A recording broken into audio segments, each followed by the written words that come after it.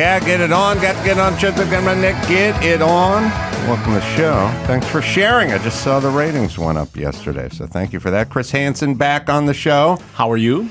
Always a pleasure. Tilt the mic down toward you. Yeah, a little bit. That's better. Skinny Jodi Miller. Skinny Jodi Miller. Always studio. a pleasure. Is it always a pleasure, though, when Chris Hansen walks into any room? For you guys, yes, but for many of my targets, no. Like you just walk in somewhere and somebody's like, somebody. Especially because now they know who I am. Yes, it's almost what I mean. like, okay, this is the part of the show where I sit down and talk to Chris. Yeah.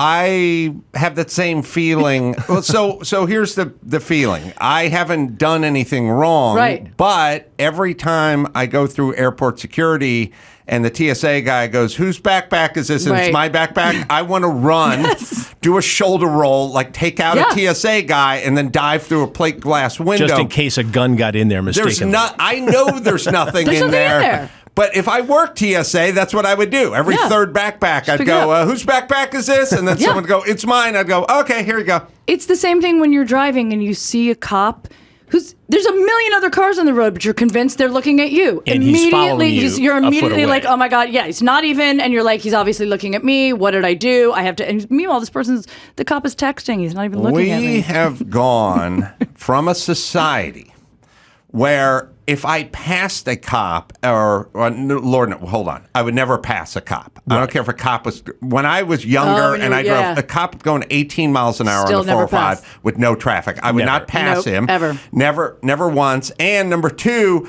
if I saw a cop, I would turn down my radio. Yes, I do that with too. the windows we all do. up. Yeah. Now we have a society where 18-year-olds jump on the hood of the cop car in New York City and try to kick in the windshield while the cops are in the car. Could you imagine that as a young person? Oh my God, Not no. when I was growing up, no, because I know what would happen, and that cop would have me in the backseat of his car and in the driveway of my parents' home in about 4 minutes. Yes. Did you grow up in a smallish community? It was a smallish suburb of Detroit, so the cops knew how to handle it. And I got to say, at the time, the Bloomfield Township Police Department was good at community policing. If you got caught at 16 with beer, which you shouldn't have at 16, but we did, the cop would take... Wait a second. Let me write this down. Yeah, did you get caught? You got caught with beer? I'm just saying, and pizza? In those days, yeah, exactly. In those days, the cop would take the beer and say, I want to see that, as long as you weren't a mess, right. I want to see that car in your parents' driveway in 45 minutes. And if it's not there, I'm going to go talk to your dad. Right. And that was the end of it, and you didn't offend anymore. Or you didn't get caught.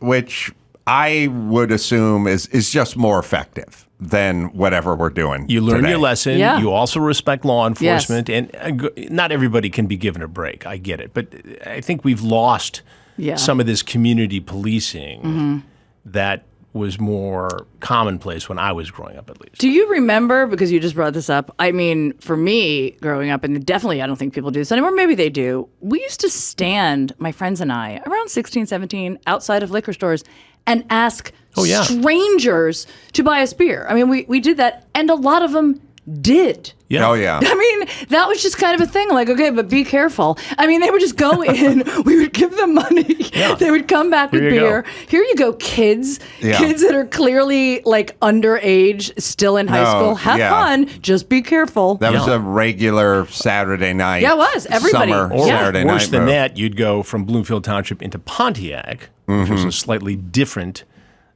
area of town, a little more risky, and you'd go to Bob's, which was covered in bulletproof glass, and slide your $20 under the bulletproof glass. And they would give it to you. They didn't ask. We had a drive-through. They weren't that We had a careful. drive-through liquor store, and I could, as long as I had my hair done and like a trench coat on, like my mom's coat, I could pull up and be like, quarter keg of Bud. You can just put it in the trunk.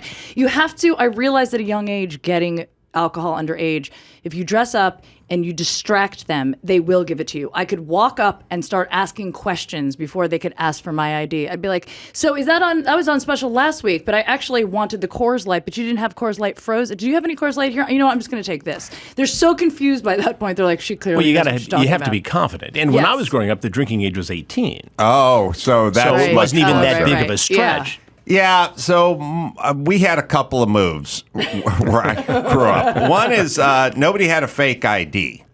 I don't think we could afford, to go to MacArthur Park and give some illegal $40 and get a fake ID. Like, we didn't have fake IDs. But so the way to buy booze when I was a kid, and this brings up an interesting point, which is we would go to a Riverside Market and we would just sit out in the parking lot on a Saturday night.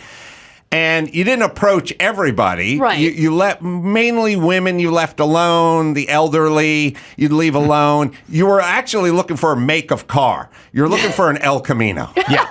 And when the dude got out of the El Camino, if you drive an El Camino, you're cool with this. You're buying with this beer activity, for these kids. And hopefully the guy had some kind of cool facial hair and longer hair. And later appeared on To Catch a Predator. Right. Yeah, exactly. And I would meet him 20 years down the road. He'd get out of the El Camino, and we'd be like, "Oh, hey, man," and.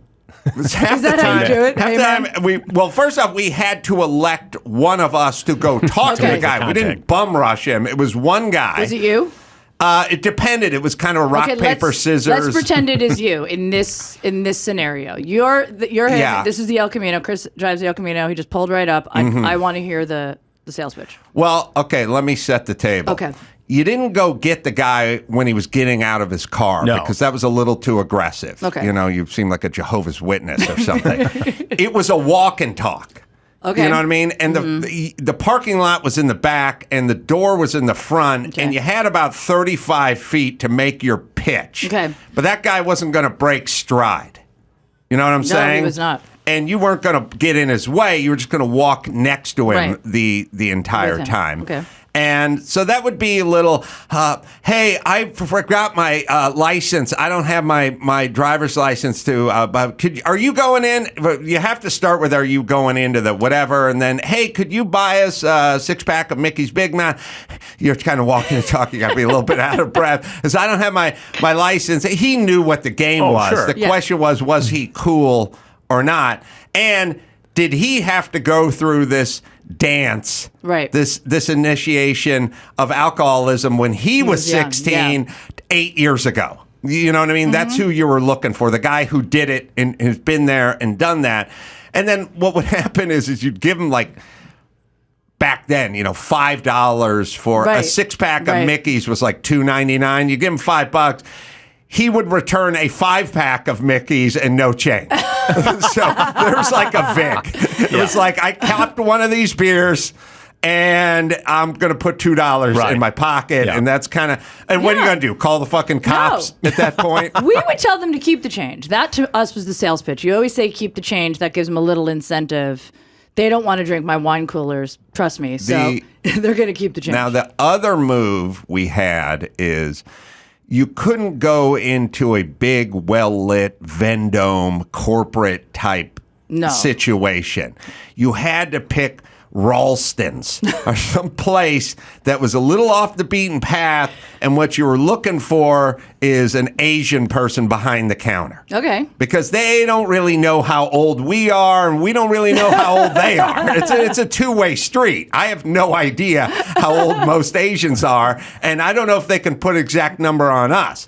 And then you'd have to find one Armenian 16-year-old buddy of yours who had the mustache. Right. There was facial always hair. the one dude who was rocking a mustache in the 11th grade. Yeah. Take that guy, give him the money, go a little out of the way to the Asian place, and you could get yourself Well, you some also beer. want a distinct lack of police presence. Yes. You want nobody in the parking lot. And in those days, we didn't have surveillance cameras everywhere. No. So nobody was looking over your shoulder. Right.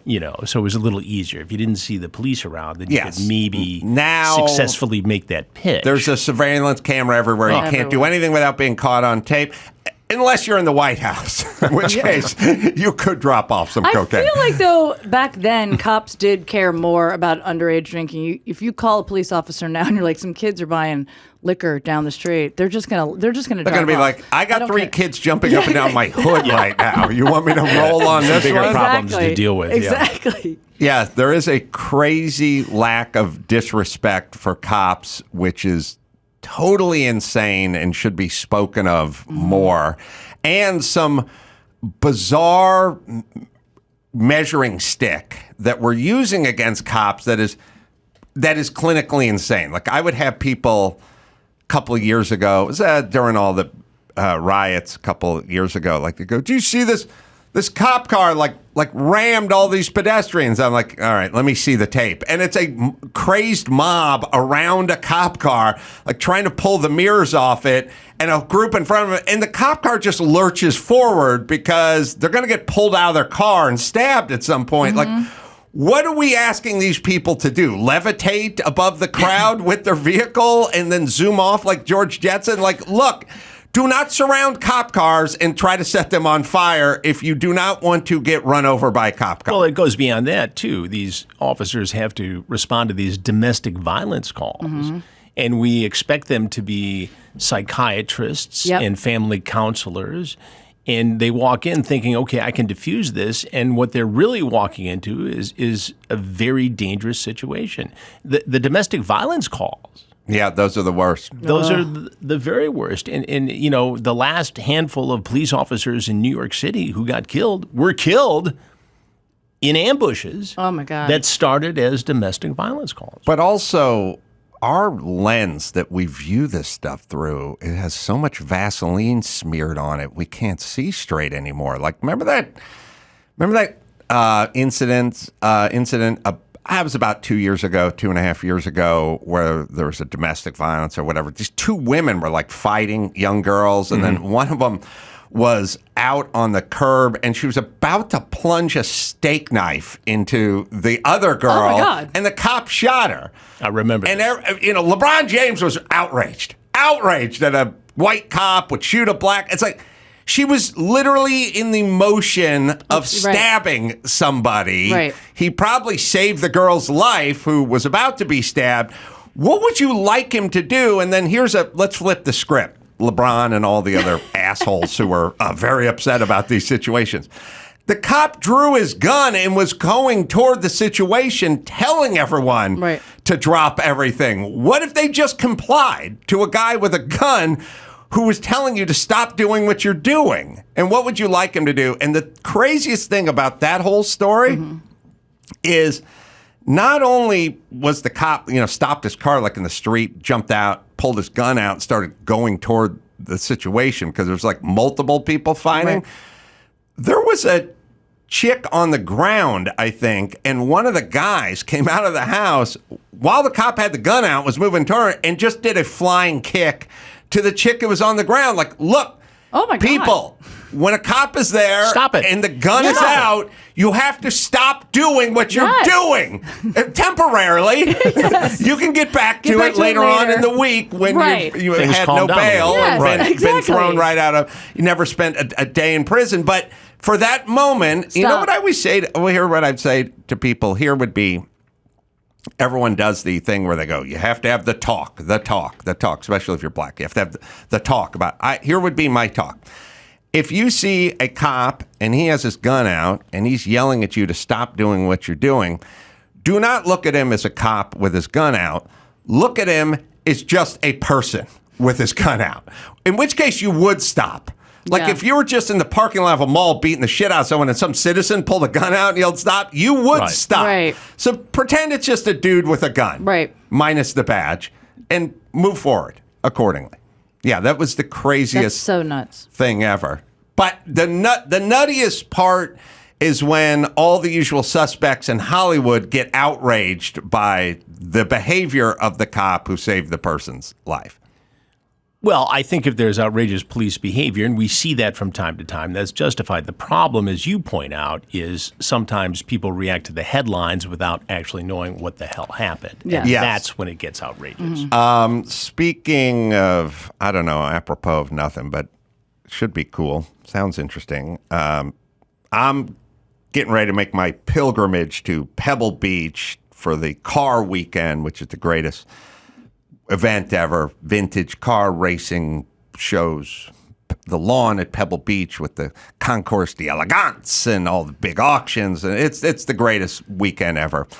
And I usually run into Leno on the lawn because you can't do a car event without Jay Leno, there, of course. And so I called him yesterday just to go You going to be around? Like, where are you hanging? Are you just coming in for the? There's also when I call rich guys, there's always the undercurrent of, can I get on your jet? But I'm asking questions, you know, Right, like I'm just doing questions. what day are you coming in? Yeah. Oh, okay, when you heading out? Oh, okay. Are you flying out of Burbank? Yeah, it's a lot of. I'm Any room in the essentially- G5? I have flown twice with Jay just on happenstance, just kind of like, I'm going to be playing the whatever. You're at the Borgata. I'm there at the. I'm in the Borgata. I'm playing the mop closet, but you're playing the big room. Okay. Oh, when it's Saturday. Oh, I'm finishing up about that What a time too. coincidence. You heading out? I got that guy to fly me out of Atlantic City. That's a haul. Yeah. And I'm such a nudge. I'm like, what time are we landing in Van Nuys? He's like, 4 a.m.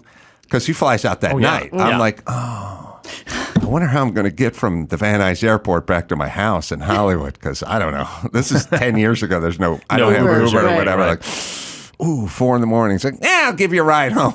They're going to fly me back and drop me give off you a ride drop me home. off at my In house. his exotic God. car, by the way. The repop of the Fiat, like the smallest, weirdest car ever, because he does weird, and that's going to be my story. He doesn't do race cars, and he doesn't do it's got to be a Duesenberg or a Bugatti or something. He does cars with stories, crazy cars. So I said to him, "Are you going to go to Pebble Beach, and how are you going to get there? When are you going to leave on?" But he goes, "Nah, I'm not going this year." I'm like, why not? Now, if Jay's not going, it means he is at another car-related thing. He doesn't not do car-related. Something else has bumped it off his. It's not like, I have to go to a bat mitzvah and I can't be there. No, he's there. Except where he's not going to be there. This reminded me he's going to be in Detroit. Oh. And he's going to be in Detroit, and he's going to hook up with Chrysler. And he is going to hook up with, as he said, the 80 to 100-year-old engineers who built the first turbine engine for a car. Wow. So he has a 1962, 63 Chrysler turbine car. Right. They were, let's say turbine, think kind of jet engine, Right. but jet engine that's hooked up to a transmission, Right. not blowing, like the Batmobile So a kind of thing. 62. I think it was a 62. I'm going to go 62. Could be 63. Chris producer can look, but 62, 63 as I recall. They made like 50 of them. And I think it they has crushed like a a lot jet of them. engine in it. Has a jet engine, which would be called probably a turbine engine, Right. but they thought this was going to be the wave of the future. You got to remember in the 60s and the I'm jet engine, fascinated by all of the this. fins were put Yeah. on cars. They tried, Yes. they're going, we'll make this car look like a jet Like a plane. airplane I'm still or whatever. waiting for my flying car. Yeah. Yes. It's coming. 63. In the world of the future. Yeah, 63. Yeah, we'll fly your corpse to the crematorium. That's basically how I'm going to use my first ride. We were promised It's in gonna a be that. flying too, by the car, way, yeah. which I've been. Listen, first off, a lot of promises broken. Yeah. I live in L.A. Yeah. We've been talking about a goddamn bullet train to Vegas since Yeah. I Oh, was a yeah, what's up junior with in that? high Oh, there's school. the car There's right the car. there. Beautiful. Right. All right. So that's sharp my looking. first flight in electric flying car will be transporting my corpse. You should set it Or up the now. remains and- thereof. You Yeah. should set it up now and be like, so how are you going to take my body? How are you gonna, Yeah. Can I get it? Can I get on that? Yeah, You put will that in the trunk. sprinkle my ashes over the open sea from a flying car, and that'll be my only ride. Okay, great. Because I've been waiting for that goddamn flying car, Yeah. just like you. So they said, we're going to have a turbine car, and it just didn't work. Like, they couldn't pull it off. It doesn't was- like it works though, right? It drives. it physically works, and it'll run off Chanel number 5. Like it'll work off anything, Anything? that's flammable, Right. which is interesting. That is interesting. But it just wasn't efficient enough. And also, you have to figure computers. They didn't have computers. I mean, you got to run stuff. It was during the era. I would chalk it up to the time. Like, remember, the '60s was very late 50s, early 60s was very idealistic. What does the future hold? Well, it Yeah. was the race to the moon. Yeah. Right. You know, And the jet age, the dawn of the jet age was 1959. Right. And Right. so now, like if you said to a young person, what does the future hold? They'd go global warming and race riots. But back then it was like it was a bit more optimistic. It was the future, flying cars Yeah. and spaceships. And we did a bunch of stuff too that was dumb. Like we'd take like the blender and build it into the countertop in the kitchen. Yes. So you put the thing with the knob on built in, Yeah. and the toaster came out of the wall. We were It was the Jetsons. We were It going, was, yeah. why push around a vacuum? We'll have a whole house vacuum system. But nothing worked. No. Nothing worked. Nothing. Everyone just bought a toaster and set it on the counter and Yep. bought a blender. and set it next to the one that was incorporated on the counter. And all the promises. And the flying car, nothing worked. And this didn't work either. It was very hot. It create big temperatures, very expensive, blah, blah, blah. But Jay got his hands on one, and the engine melted down several years ago. Oh, wow. And the engine is bespoke. It is not a helicopter engine or something like that. It was a turbine engine built by Chrysler. For the car. And Jay had to assemble all the 80, 90, and in some cases 100-year-old engineers who built the original, and there were no parts or anything, right, and make a new engine for him. And they did that. And they did it. Oh, that's Wow. incredible. And probably better than the original, given technology. The materials, available today. metallurgy, Yes. things like that. And they built it for Jay, and he's going over there to pick it up. Wow. Is he bringing the car so they can install it, or is he just picking up the engine to bring it back to? I don't know if they're bringing. I kind That's of a imagine great they would bring the story. car That is a out great there, story. and I imagine knowing Jay and them and everything, they're gonna chronicle it and have a little film crew. Oh, good. And, Yeah, I was all just going to that's a say great that has story. to be. But wait, so these guys are all 80 to 100. Well, if you think you're working for the Chrysler Corporation in 1960, Right. So they're probably, and but you're I'm an saying engineer. they're a little bit slower than they were back in this. Like, how long did it take for them to put this together?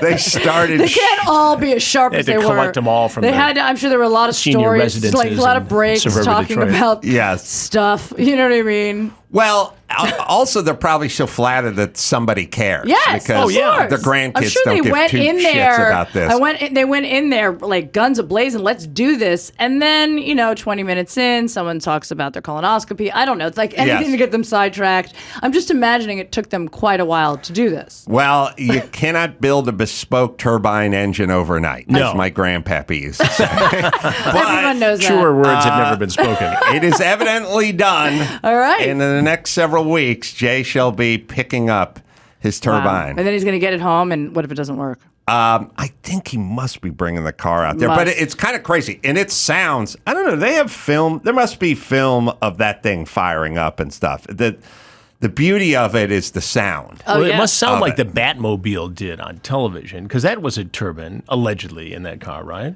Well, in the world of the see, Batmobile. that one had like jet power where it was Yeah. shooting. There's Flames out of the Firing out the back. Yeah, but what I'm saying is there's a turbine engine that hooks up to a transmission that is the same as an internal combustion engine hooking up to a transmission. And then there's go to the salt flats with a rocket car. That's different. The Batmobile was a rocket car, and this is a turbine hooked up to as Jay told me yesterday, And how many cars? 3-speed How many cars automatic did they sell? transmission. I think they made 50 of them, and they may have crushed quite a few of them, too, because they would do that for They would some dump reason. them into the ocean. Oh, they would? Or crush them. I had a friend growing up whose dad was a top VP at Ford, and they would make these incredible versions of like a Granada. Right. That had, remember the Granada? I do remember the Granada. But they'd put like BMW stuff in it. or they'd get high quality stuff. And these cars were like amazing to drive. And occasionally his dad would bring one home and we'd get to fuss around with it a minute. And I'd say, what happened to the car? I said, well, they put it on the ship and now it's at the bottom of the Atlantic Ocean. I said, why would they do that? Now, maybe he made that up, but I don't think so. I mean, his dad was a big deal. They would crush a lot of their cars. Or dump them in the ocean. I said, I'll take it. No, I remember the Ford Granada because it was my favorite ad campaign when I was a kid was the Ford Granada because it used to have car commercials. Used to be car commercials. They don't have car. They don't have a car commercial for this car. It's just beauty. What all they have is sort of fun beauty Corinthian shots leather. of good-looking people driving on an endless highway. No, there's backstory in the old car commercials. Or they do this ones where it's that pussy dad sitting in his Volvo reading his vows to his daughters getting married and holding back the tears. Fuck that. I want to talk about torque and horsepower, and I want to talk about rust proofing. I mean, they had a GTO commercial where the guy had a baseball bat and was beating on the front nose of the I remember thing. Yeah. The best.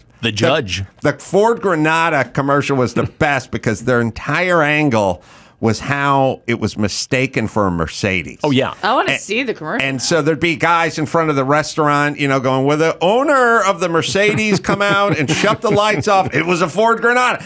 A Ford Granada was a shit box that no one ever thought was a Mercedes. But then there was a Mercury version of the Granada. Do you remember that? I do remember there was a Mercury version of many Fords, but I don't remember the Granada. There was a Maverick one. and a Comet. I had the Comet. I love that people thought like a Mercedes was the top. You could say Mercedes, and everyone was like, "Who's the rich person in the room?" And now it's like Mercedes. Well, all right. Now let's come full circle. Yeah, I totally agree. There were songs, Janis Joplin wanted the Lord to buy her Mercedes Benz. There are lots of Eagles songs like pulling up in her Mercedes with her golden spoon and her mink coat. It was it. You now anyone can drive a Mercedes because there's a million different kinds. But here's a question I forgot to ask. When I was buying beer, I looked for the El Camino. Right. I don't know what vehicle you look for today. Oh. I'm going to go with a Dodge Ram truck over a Prius or plug-in electric or the Mercedes. I'm looking for a truck of some kind. That's what I'm looking for. Possibly with a lift kit, like 36-inch knobby tires on it. I think that would be your best bet. It is a good bet, but you could also do the Prius depending where you are because you might get that hipster person who's definitely high, who is just like, oh, these kids deserve a little fun. I had a little fun. Look at these kids. Fuck the system. Fuck the laws. I'll get that for you. You have to just pick and choose. Whoever comes out of that Prius could be super cool for that. You know what I mean? But the liability today. Yeah, I know. I mean, it's all different. Plus, it's 21 now, right? So that's a big jump. Yeah, but it's 21 when I was a kid, and people still. It's 21 out here. Actually, it turned 21 when I was 19 or 20, so I could drink legally when I started at Michigan State University, but halfway. Oh, you didn't get grandfathered in? No, they didn't grandfather us through.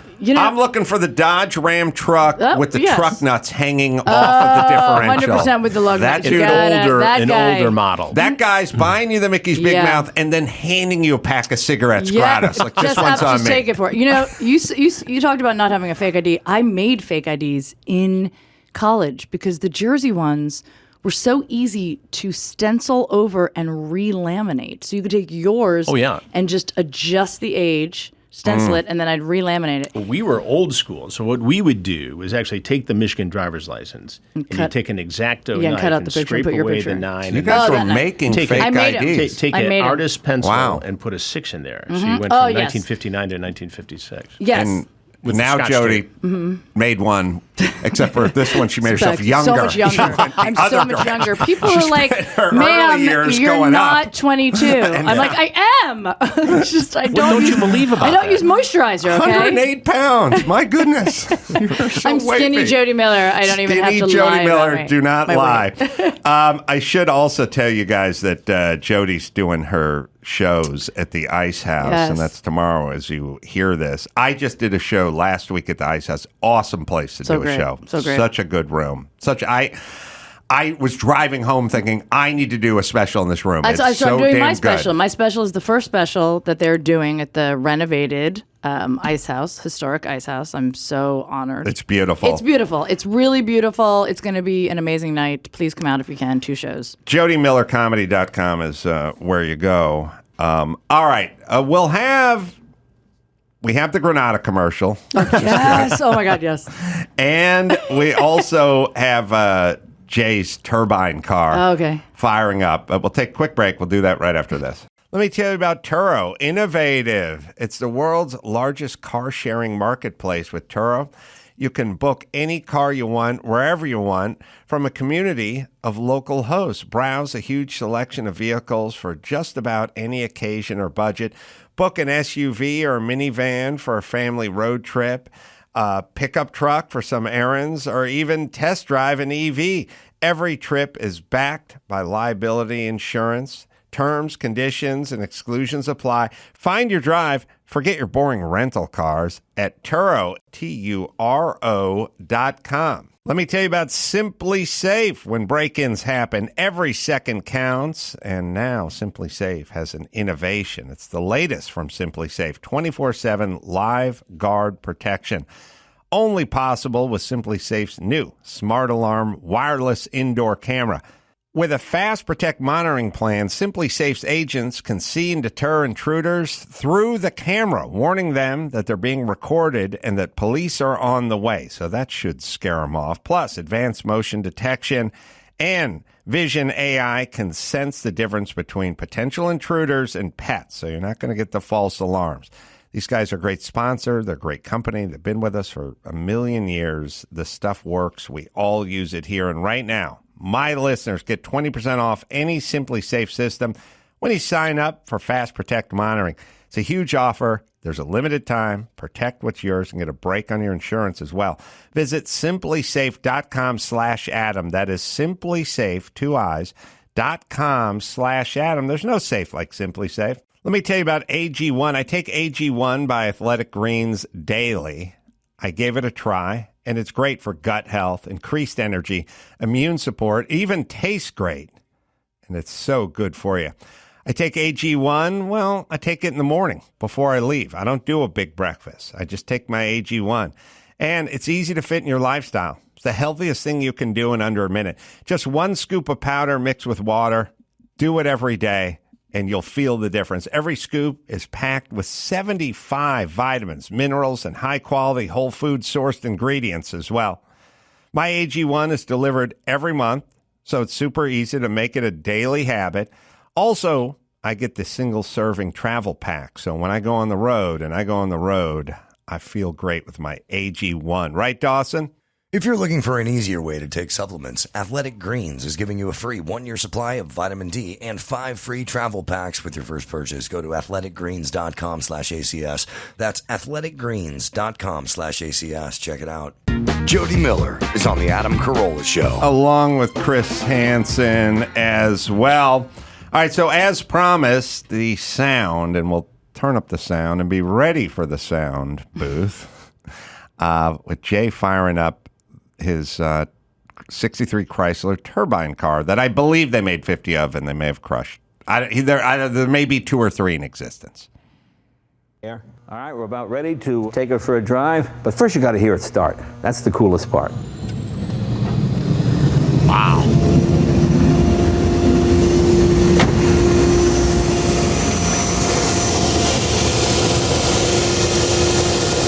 I want to show you how smooth this engine is. That's a glass of water. As you can see, the water doesn't move at all. What movement there is just the residual effect of me putting the glass down. But look at that. Look how smooth that is. Pretty amazing. 1963. I'm sorry. If somebody started a car and it sounded like that, I would not get in it. It's like you wouldn't? I thought you'd say you blow the guy. No, that's like it's like the Titan going down to the Titanic. Like that would scare the shit out of me. I'd be like, not happening. Well, it sounds like you're, parked next to LAX. It's either it sounds like it's going to take off or it's going to explode. One of the two things. What is the top end on that? Is it fast? No, it's not really anything. It has a 3-speed automatic. I don't think it tops out at much. It's not 0 to 60 much. It's just what was next. What the future was It's like you asking what was the top end of the blender that was built into the counter. It's like nothing, no advantage. Disadvantage what it was because the blender jar broke the second day and you couldn't find a new one, and now you can't use it. There's a perpetual hole in your counter. But here's the thing: they did that to make space on your countertop. It was that. For those cars, were they not fast? Then why did they make that if they weren't fast? They thought, well, 5 years later, we're talking about it, so that's good. Right. You know what I mean? So it was a vanity piece. Okay. You know what I mean? Like it was probably a lost leader for like them. a prototype to say, okay, if this works, then we'll take it to the next level, the next level, the next level, and in the world of the future, we'll have jet-powered So cars. by this is 1963. By 1972, we'll have cornered the market on turbine cars. But instead, all we got was a Ford Granada with a Landau roof. Oh, the Landau roof. Now, the thing, and I always use this turbine car. Forgive me for getting a little political here, but I use it as a metaphor, which is the internal combustion engine is what works. Right? And it's what always continued to work. Every truck on the road is powered by one. And, Los Angeles, there's more and more electric cars popping up, but what has moved the entire planet is an internal combustion, piston-driven engine. And the ones that are in use now, in the cars we may have pulled up. I pulled up in a Mercedes, but no one gives a shit, from 2022. The engine in that car has a crank and rods and bearings and pistons and rings and a head and valves. Same way as Henry Ford's Model T had. Crank, rods, pistons, valves, heads. There's really no difference. This is a difference in material and oils and compounds and computers and things like that. But it's just the exact same architecture.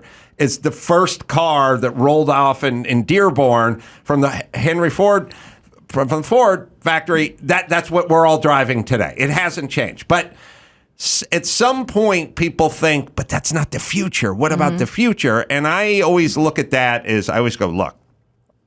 Capitalism is an internal combustion engine. It just is. And then the turbine engine, that's some form of socialism, communism, or something.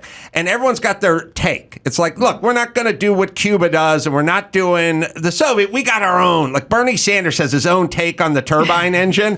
We're not going to do the Chrysler turbine engine. I got my own turbine engine. This time it's going to work. And I'm like, it's not going to work. The internal combustion engine works. We can work on making that one more efficient and cleaner and cheaper and more accessible and everything else, but you and your fucking turbine engine, it doesn't work. We've tried every version of your goddamn turbine engine all around the world for the last several hundred years. It always ends up one way, like Jay Leno and an engine melting down. It just doesn't work. But we show like this is the future. Yeah. This is the future. All right. We have the Ford Granada. Is this the one where they mistake it for the Mercedes? Oh, it's my God, favorite. I forgot about that. That's classic. I can't. This is hilarious. Introducing a new 1978 Ford Granada, the ESS. Can you tell it from this impressive $20,000 Mercedes TADSE? Absolutely. Yeah, Granada. 100%. Mercedes. Granada. Mercedes. Same guy. Granada. Mercedes. The new Ford Granada ESS. See how close you can come to the look of a $20,000 Mercedes that? at the price Hilarious. of a Granada.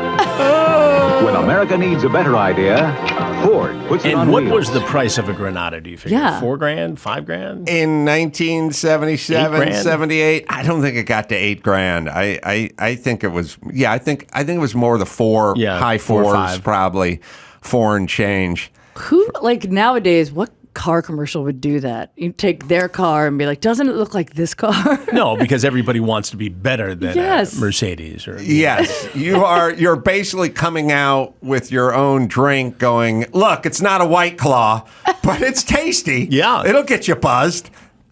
But You know what I mean? in Like- Mad Dog Detroit, 2020. growing up in the 70s in Detroit, nobody I knew had a Mercedes? A Mercedes. No. I couldn't tell you. Now, and I still am a car nut. I love everything about engines and things that move and all that. But I didn't know the difference between a 450 SL or any of them.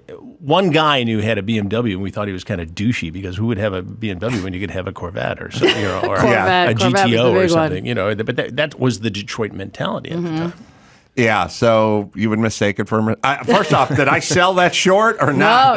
that was was amazing. That's all they did. And I remember That's it. sitting around in the sweat box I grew up in North Hollywood, California, when I was 14, going, that's not fucking Mercedes. No. Like, I'm 14. I don't even have a fake driver's license yet. And They didn't even talk about any aspect of the car, anything about just the fact that it looks like a Mercedes. That was it. yeah, that was it. But it was considered a big deal, although Did it sell a lot? Were there a lot of? there were Granadas. There were a lot of them on the Granadas? road. What was your first car?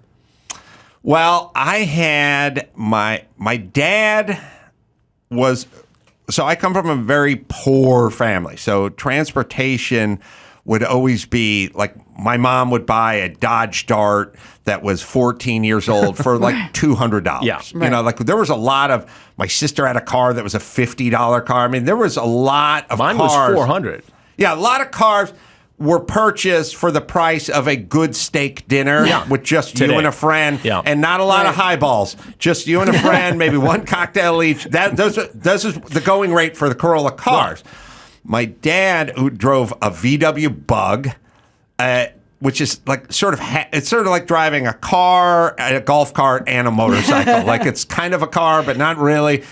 But he bought his first new car, which was in like 1975, 74, 75, the very first VW Rabbit that ever came out. I love the First Rabbit. year, Yeah. was his first car, 4-speed with nothing, literally no carpet, radio and vinyl everywhere, just vinyl floors, vinyl headliner, just everything was just vinyl.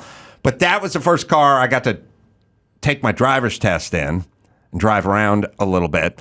And then my stepmom had also second generation Honda Civic back when Hondas were miniature. Oh, yeah. And I would drive that car. Everything was always a stick. I'd drive that car around. And then I bought a motorcycle. And then my first car, I had a motorcycle. My first real car is it wasn't a real car, but my foreman on my construction site when I was making $8 an hour said, I will give you another $1 an hour if you get off this motorcycle and buy a pickup truck. Oh. So I bought a 79 Mazda long bed junker pickup truck for like $900 or something. I was hauling drywall to pay my tuition In at what? Michigan State. We had big flatbed trucks. I mean, so you went to Bob Ryan Drywall and you went to work. And I remember getting there the first day, and my work partner was Lee Arthur Ramsey, and he says to me, do you smoke? I said, no. He said, good, you're going to need all the breath you got, get to work. And we hauled drywall.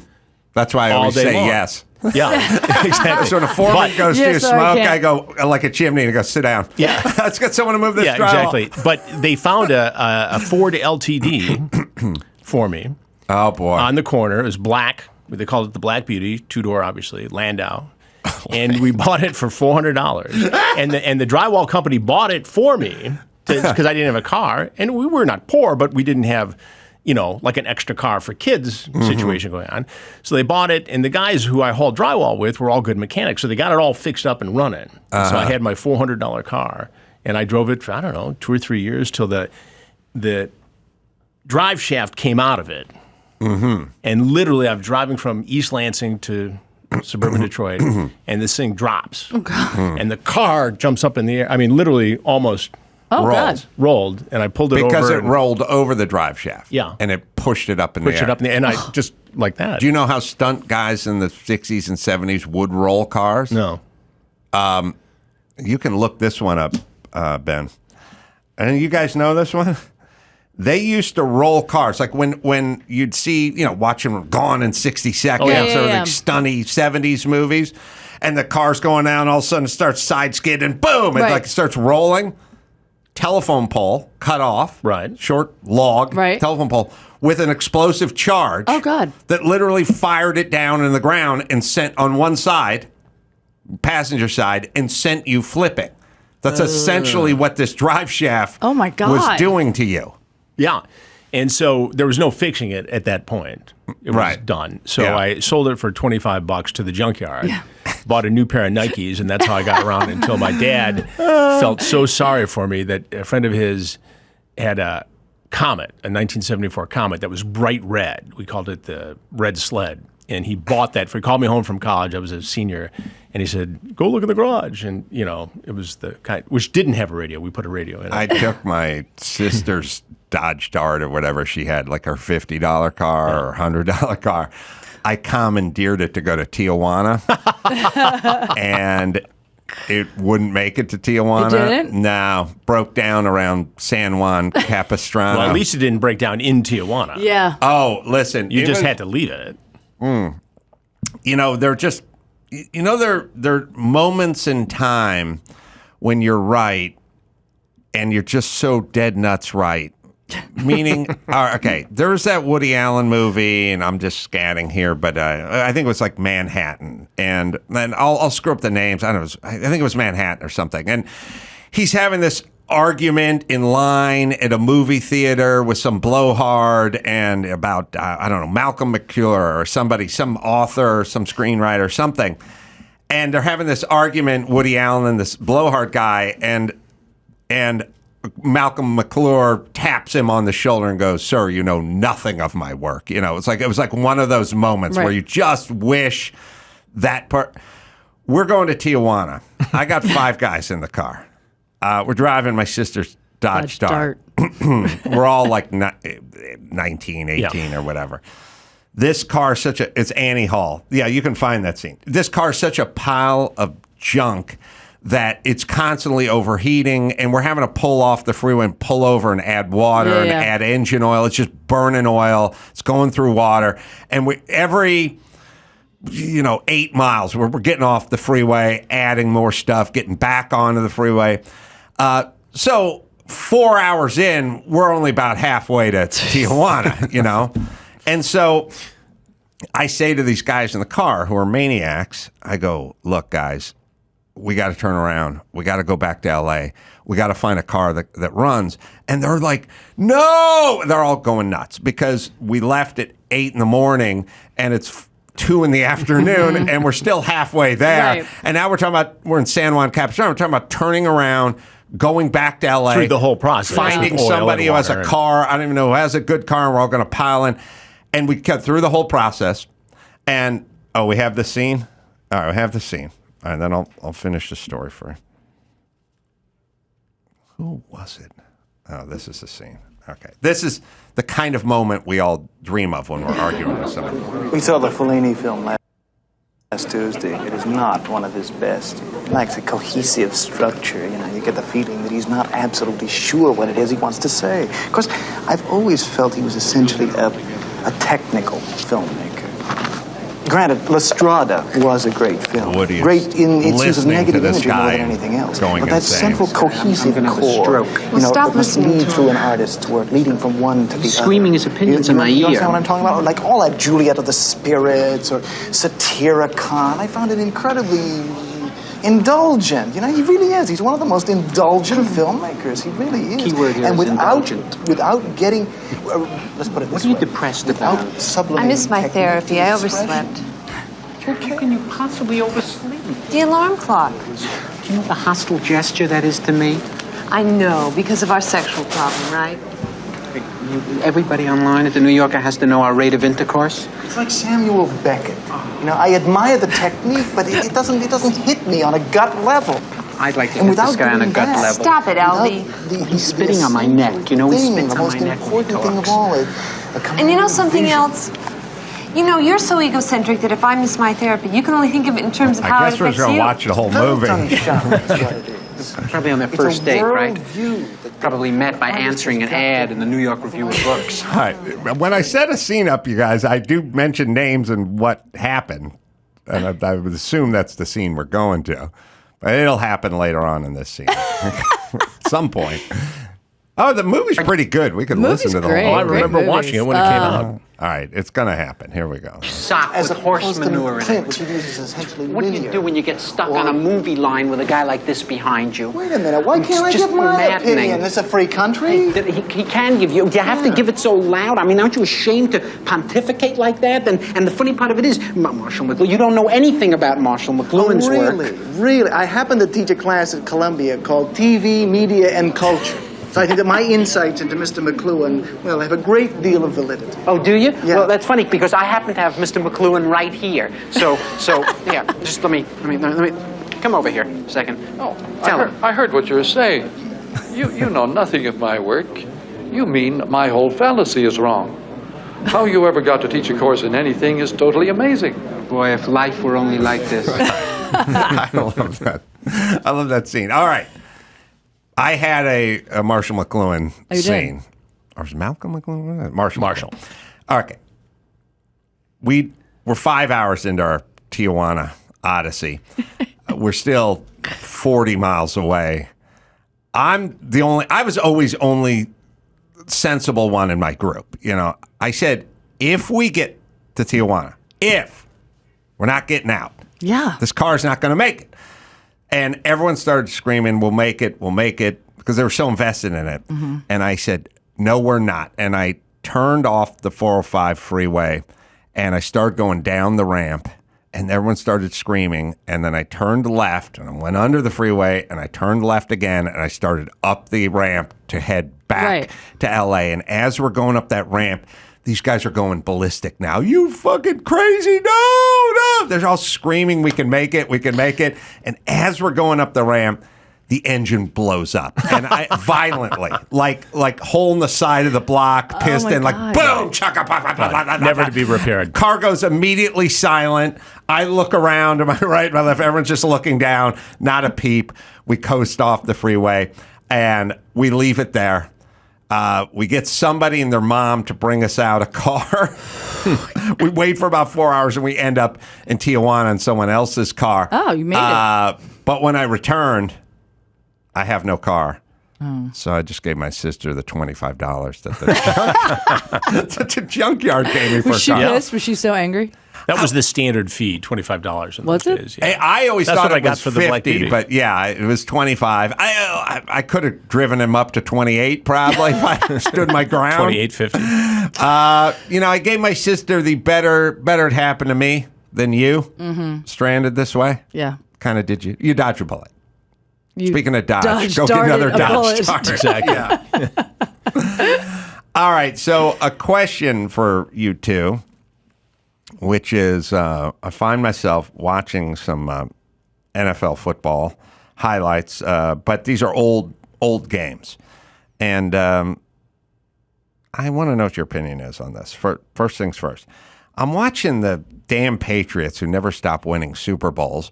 And I'm watching the game where they came back against the Falcons down by 19 points, blah, blah, blah. And I realize in that game, when it goes to overtime of the Super Bowl, the Patriots, of course, win the coin toss because God loves the Patriots. The Patriots go march down, score a touchdown, game ends. Game over. It's the Super Bowl. Yeah. The game ends a tie. It essentially comes to a coin toss, and the other team doesn't get to take the field. And I'm like, now, the rule is you can't kick a field goal, which they used to have, which is totally unfair. But also, the Super Bowl shouldn't really hang in the balance of a coin toss. Then I'm watching the next day, and now it's the Patriots again in the playoffs, playing Kansas City. Kansas City's at home. They have Holmes as their quarterback and a high-flying offense. We're in overtime. They flip a coin.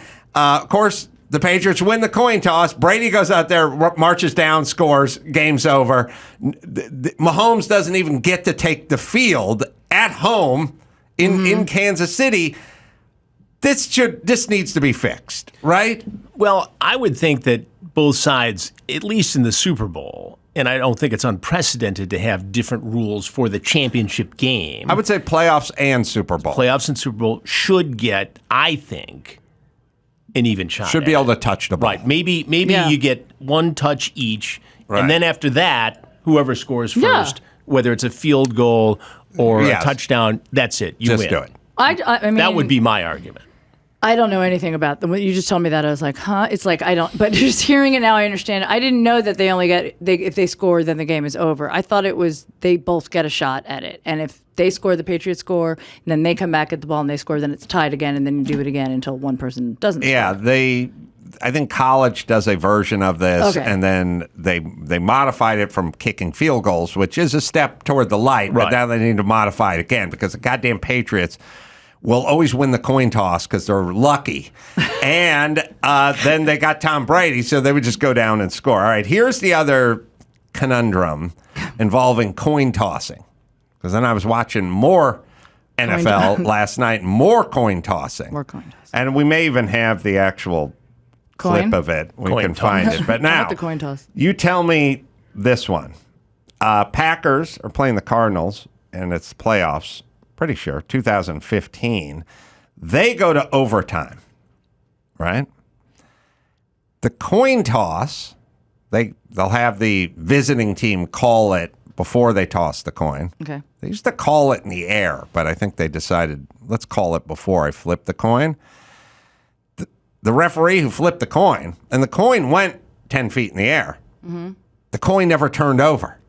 He just threw it up, Oh. and it landed how it sat in his hand on the ground. Well, is there a procedure for the referees to do this? Is there They any? flip it with their That's thumb. what they're supposed to do, but is it a rule? I don't know. So watch what happens, and then you just flipped it again. You give me a chance to change my call. A little dubious. Yeah. A little dubious. I would also argue this. If I'm holding a coin Right.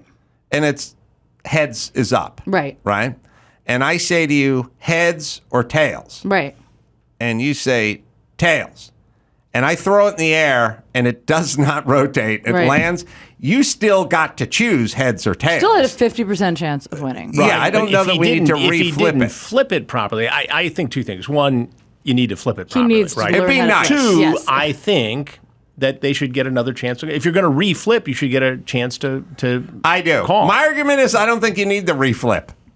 I mean, People, because that would suggest that you knew something. It's the appearance of The appearance. impropriety. The appearance, right. But bothers me about how that. can it be an impropriety if I asked you to choose? I didn't hold up the thing right, and and go, you didn't know it wasn't going to flip. Right, but the whole act is premised upon flipping. It should be flipped. By definition, Yes. the coin. it should be, Should but I be. would still argue if you got to pick heads or tails, then it's the same chance.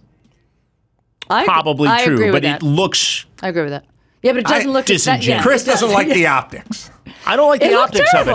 terrible. How about the skill in throwing Well, it a shouldn't be coin that 8 hard. feet in the Right. air? No, of not having it turn one revolution. Well, did Well, he I just don't do think many of he, us that? could I don't do that? think he did it on purpose. I He think it didn't. was a fluke. He did not do Right. it I on think he purpose. just went like that, didn't he? He No, didn't even, but like, flip. first things first. I'm not clinically insane. I know he didn't do it on purpose because he was embarrassed and Right. he had to redo it. I'm saying, how many times could you stand in the middle of a grass field and throw a coin up in the air that did not revolve or rotate or even land on the grass field and pop up and turn over? Like, that's an amazing Well, it's thing. a fluky thing. It is, Fluky. but he didn't actually flip it, is what I'm saying. He didn't even hit it. So for you just to go like that, it probably would just go straight up and come down. Well, I don't. No, it's something- he probably missed it Let's with his do thumb it. or some crazy He thing. missed it with his Yeah. thumb, but Yeah. I still think it went up 8 or 10 feet in the air, Yeah. and it didn't bounce around or anything. I'm just Well, saying he was it's very embarrassed and fluky. obviously so embarrassed that he rushed into the He next did. flip without even thinking that maybe Yeah. quarterback Aaron Rodgers should get another take I it. do like Aaron though in the Yeah, locker room. Of course, they lost. Yeah. So this thing's like, hey man, we got screwed. Like I didn't get a That chance flip. to change my vote. But it's heads or tails. Well, he should have Yeah. gotten the. I mean, just for the sake of the Propriety. appearance of it. The right. appearance of it. If you're going to make the mistake, you say, "Oh, I screwed up, so we're going to start all over." You call it, then Right. flip. It's a good flip. You win or lose. I think Aaron would have stuck with his original. Probably Maybe, would've. Why? maybe. He would have. My greatest coin tossing story is You have a coin tossing story? I too played football. I too was a team captain, and I too was present for coin tosses. Okay. And part pardon the audience who've heard this one a few times, but it delighted me. It delighted me. I had a dude named Vince DiGiacomo. It was me and DiGiacomo. We're the two captains. Vince wasn't a bright guy, but he was, pretty good guy. DiGiacomo, that doesn't shock me. And Vince and I went out for the last game as captains. It was kind of nice. They made you the captain of the last game because you played well during this. It was the tip of the cap. It was great. Pick new captains every time. It was an honor. So when we stood out there in the middle of the stadium, and the referee said, go ahead and call it, and I told DiGiacomo, you call it, and they didn't let it hit the ground. He flipped it up in the air. He caught it in his hand, and he opened his hand, and Vince had called heads, and the coin showed tails. And they held it up, and he said, well, now, you lost. The other team gets the... And Vince very earnestly looked at him and said, I thought you were going to do this, that move where you catch it and then slap it on your hand. Yes. And I think he was serious. I'm sure he was. That's how we did it. That's how Aaron Rodgers was thinking. But that Vince could calculate... the fact. You want to hear a good coin flip story? We actually did a story at Dateline 20 years ago. There was a murder trial in, I believe it was Kentucky, and the verdict was read.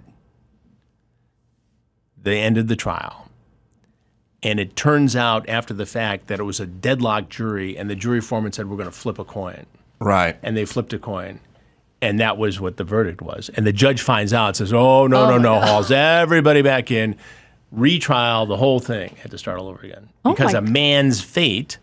Yeah, you can't. Did it land on guilty or innocent? I'm trying to remember, and I should have thought that through before I told the story. But I think he walked and then was later found guilty, or one of the two. But it changed the verdict of the trial. Can you imagine? I would do in a jury room. No, sort of. That's why it was a story. I mean, I'm not putting anything past anybody anymore in this society. But I'd love a whole podcast called The Toss with Adam Carolla, because I sold a car a million years ago.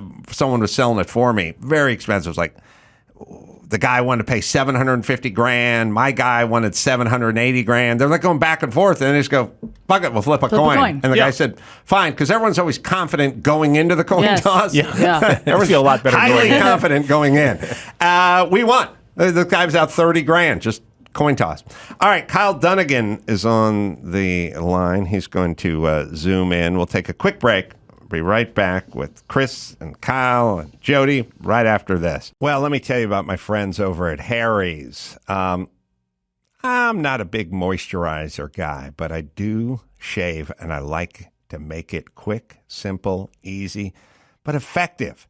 So you can level up your shave with Harry's sleekest razor yet, the Craft Handle. Innovative design with the same great German engineer blades that glide right across your skin. And it's got a killer new look. Dotted rubber grip pattern, so it's smooth and metallic, but you get the grip with the dotted rubber on there, but it's got a little heft. Feels like a fine tool in your hand. Weighty and balanced. Forget about those stupid lightweight plastic disposable things that are filling up the landfills. Step up to Harry's. Delivered straight to your door for just $10 at harrys.com/Adam. Starter set includes the Craft Handle, 5-blade German-engineered razor cartridge, shaving gel, and a travel cover. Plus, blade refills as low as $2. Never run out of blades with Harry's. This is the only way to shave. It's Harry's, right, Dawson? Elevate your shave with the latest and greatest in Harry's razor handle lineup today.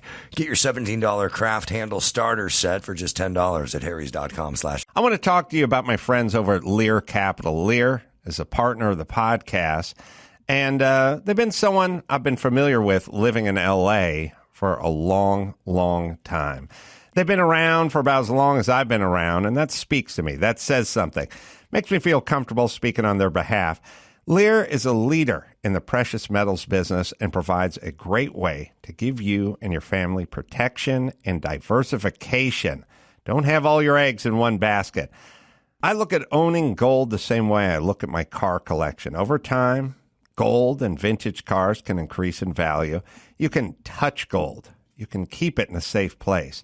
And it provides a bit of comfort knowing you can see it and hold it whenever you want instead of just some numbers on a spreadsheet. Gold is king, like one of my vintage Lamborghinis. So reach out to Lear Capital at learadam.com. They'll send you a free investment guide and provide you all the information you need to make up your own mind about having a little peace of mind right in your own hands. And that is gold. It's easy. Go to www.learadam.com or give them a call, 800-489-6450. That's 800-489-6450. Lear Capital. First, there's the Jordan Harbinger Show. The Jordan Harbinger Show, a different kind of sponsor for this episode, the Jordan Harbinger Show. Well, if you're a fan of fascinating podcasts and interesting people, you should definitely check this one out. There's an episode for everyone, no matter what you're into. Jordan talks with Scott Adams about persuasion in a world where facts don't matter anymore. Man, is he right. Or you go inside the dark world of wildlife trafficking. You'll always find something useful to apply to your own life, like routine changes to boost productivity or slight mindset tweaks to change how you see the world. Jordan's a good guy. We've had him on many times. I know the man well, and he's worth a listen. We enjoy the show, and we know you will too. So you can search The Jordan Harbinger Show. That is HARB as in boy, IN as in Nancy, GER on Apple Podcasts, Spotify, or wherever you listen to podcasts. Kyle Dunnigan is on the Adam Carolla Show.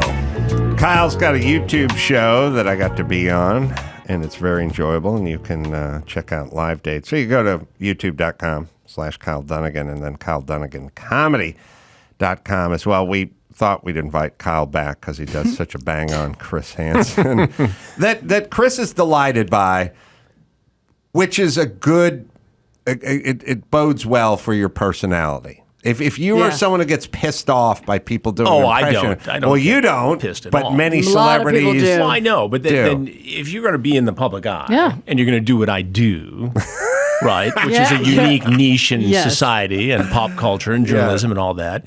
And I should add that Kyle's hair looks good today. Yeah, it does. Well, unfortunately, this isn't Kyle. This is the real Chris Hansen here. Oh, I can't tell you two apart now. I know, it's scary. Well, you've got the fake Hansen there. That's a problem. Wow.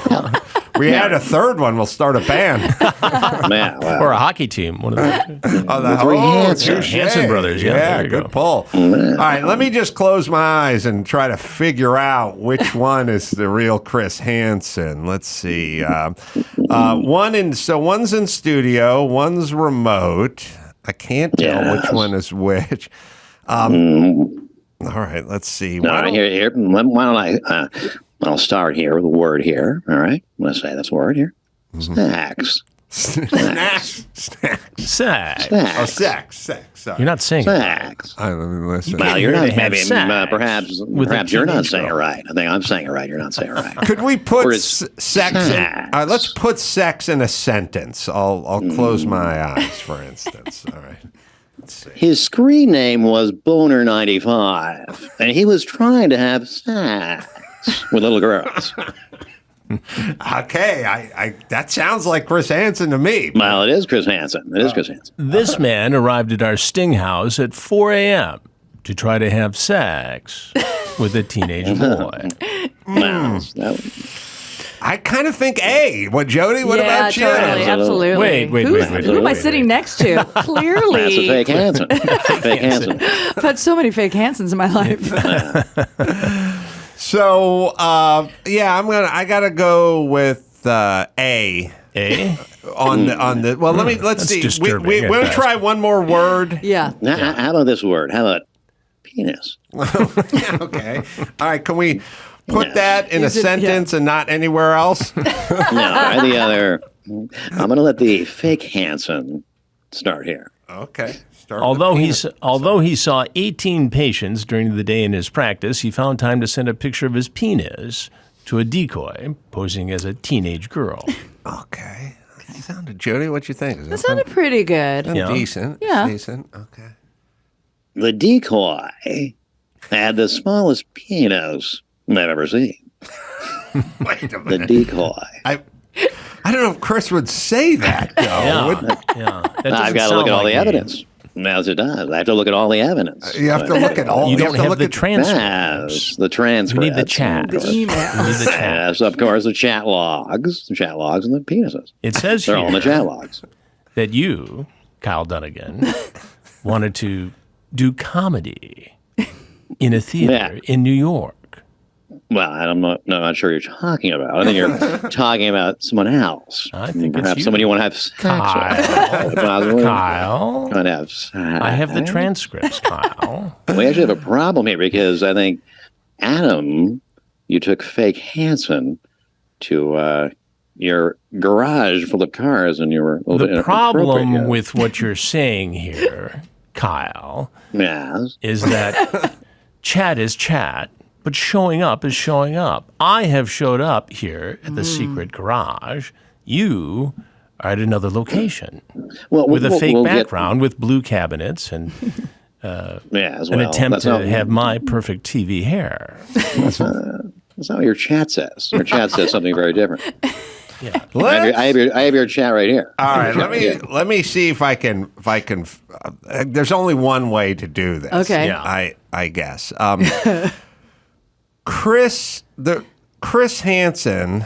Oh no, it wouldn't work. I was going to ask questions about what kind of construction materials did he haul in college, but that was just this Chris Hansen. Yeah, saying we don't know. So we don't Is know there if that- something that only Chris Hansen can answer? Let's see. What is Chris Hansen's wife's middle name? That was asked by a fake Hansen, so how can we believe? It's a good point. That's my point. I was going you come up with the question then. Yeah, you come up with a question. You're the host of the Host? show. What do you mean Host by come up with a host? question. Host, is that what you call it? Yeah. Host, So what do chat you says. host exactly? Yeah, what are you hosting here? I think we know All right, Hansen listen, hosting. fellas. I was just on. Is that hosting or host? Yeah, First hoster. off, let's Hosting a not look at my. gangbang here. Let's not look at my browser. I'm not the one who's Well, I in saw question. I have One your of those browser. I sports have your cars in the browser garage right here. here. I have your chat log right here. You have my chat log? Yes, I have your whole chat history right here. It's a Well, problem. you There's a real say, problem I here. want to blank your blank. Yeah. I can't control my horny level. Yeah. And other things say I you wanna can't say here blank on the your television. blank. Wait a minute. What's my chat log say? Well, it says a lot of things. There's a lot of things here. I have the whole thing right here. There's so many papers. I didn't even do Yeah, it. there's a lot of chatting. There's a lot of chatting. I spend like 10 minutes online, like once a week. I'm not chatting with people. Well, we're going to go through it. You want to have a brownie? A Toll House cookie. I prefer. You want a Toll House cookie? And a All right, juice box. we'll get you that. Yeah. We'll get you a juice box. Yeah, listen. I just came over here. I just drove to Fresno from Merced just to kind of, hang out. You used the screen name Carolla Bone 69. Yeah, What did you mean by Bone Carolla 69. Bone 69? Why would you I use can explain 69? that. I can explain that. Carolla Bone 1 through 68 had already been taken. All right. I would have done Carolla Bone 70, but it was 1 through 68 that had been taken already. So I just went Carolla Bone 69. So What that's did just, you mean by Adam's apple? Take a bite so out you of might want my to explain. Macintosh. Adam's That's a apple. biblical Whatever. reference. Take a bite out of my Macintosh? I'm Yeah. Is that what very. you said? I'm glad Swallow you brought that up. my apple whole. I am a My God-fearing apple man. has seeds. You like my apple Take seeds? my seed from my apple. You say. I refer to the Bible constantly. If you check my chat, I want to taste your fruit. Yeah. So take the serpent. I have a serpent of my own, you say. Yeah, again, it's all biblically Mark based. the time now where this came off the rails. I'd like to Precisely. I'd like 12, to 13 into part the show. your seas, you say here in their chat. You have to part Yeah, your but seas. not the Red Sea. I'll never do that. That's what it time of says. the- The Red Sea right here. That time Here of the we month. go. She says And that's we're when- off the rails. All right. What if I'm a respected journalist here. Come on, get back on. I know. I mean, you were a journalist for many years before you rose to prominence. Man, this fake Hansen's here is making me sound dirty, but I'm just trying to protect people from sex. Well, that'd be a good question that we could look up to figure out who the real Chris Hansen is, because I seem to recall that the real Chris Hansen had about at least 25 years in actual journalism before rising to the heights of Catch a Predator. So, or To Catch a Predator, sorry. I did Catch a Contractor, but is that did I do Catch a Contractor, or did I just do Catch a Contractor? I think there's a lawsuit here. There could be some copyright issues infringement, here. some trademark law. Yes, I did a show called Catch a Contractor, but I don't think it was called Did you? To Well, I Catch remember a that. Contractor. That was a good show. Yeah. Like catch a contractor, like just try to find a good contractor, or like it was people who got screwed by a so you try to catch those contractors. and we would catch the contractor and drag him back to the scene of the crime. We did one where we rented a house, or we used a house, and it was outside of Phoenix, and a young couple lived there, and it was a perfectly good house, and we would take the perfectly good water heater, for instance, and just loosen it, and have the guy come in and say, this could blow up, and it could maul you and your children, and you could burn to death, and I go out with a wrench and problem solved. Oh, I got to tell you, I mean, they would do it at transmission shops. They would do the elderly couple would come in. All they needed was a sensor replaced, and they explained they got to correct the case. We had video of a garage door repairman who kicked off the sensors, just walked down the garage. I'm watching this, on hidden camera, and I go out there with the clamshell, and he's like, what is this?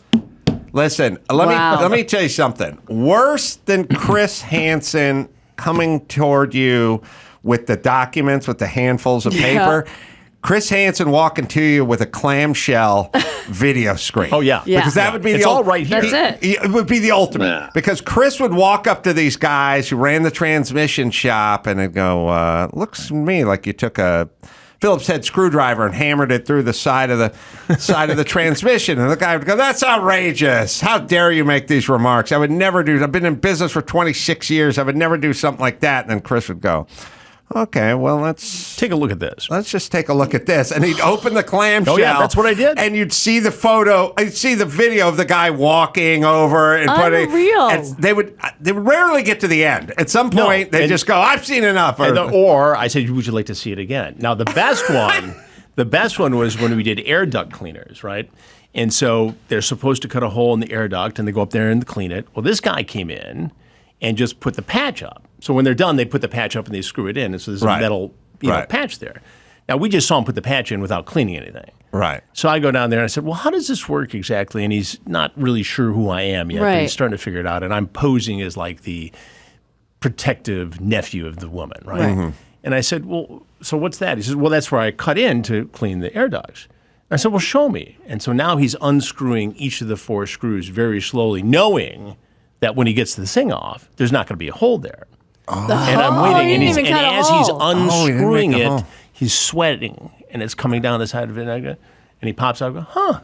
He goes, yeah, it's weird, because I thought I cut a hole up there. I go, I thought I cut a hole. So then we go to the video, obviously. Go to the clamshell. Man, when Chris would come out with that clamshell. I think you have to give her a little, refund here. I can't get over. Why is it called a clamshell? Well, because it opens like a clamshell. I get it. I think you know why it's called a clamshell. Exactly. Now that's the real Chris Hansen. I was waiting for that. I'm starting to doubt myself now at this point. I would walk, Chris, if I were you, I would have the docs, I would have the papers in one hand and the clamshell in another.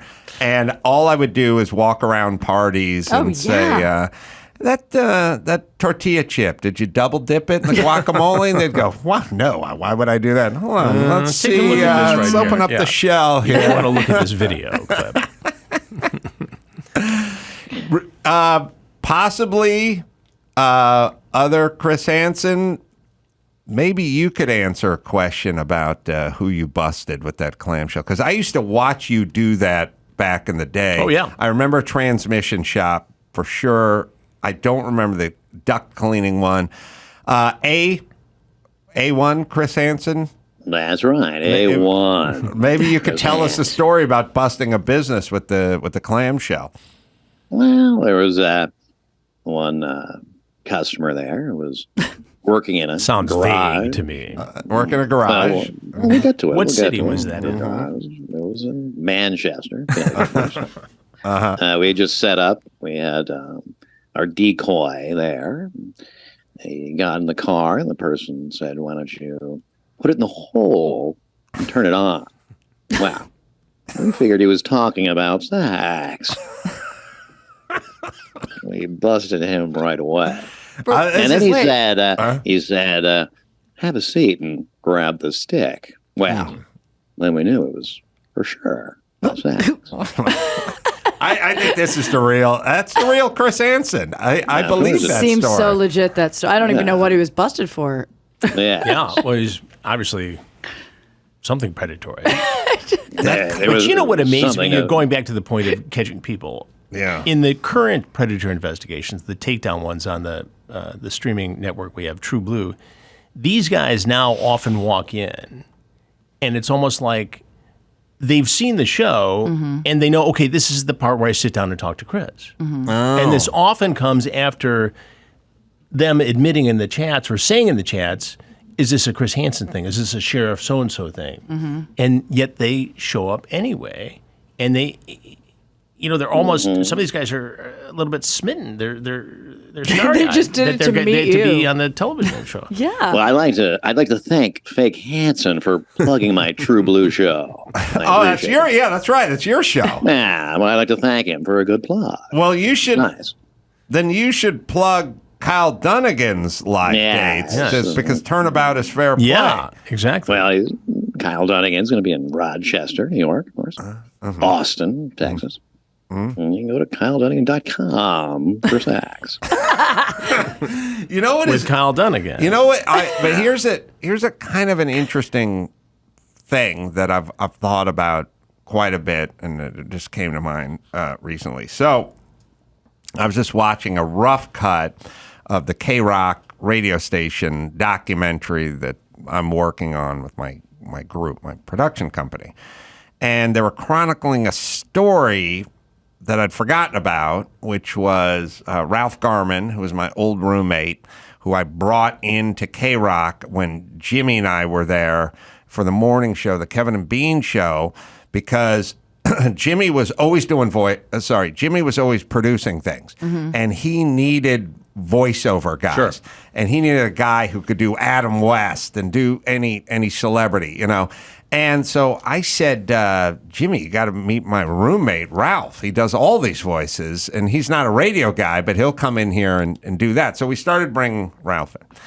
And then at some point, Jimmy and I moved on to do the Man Show or whatever it is, and Ralph took over, basically, as the kind of producer, voice guy, sidekick, radio guy.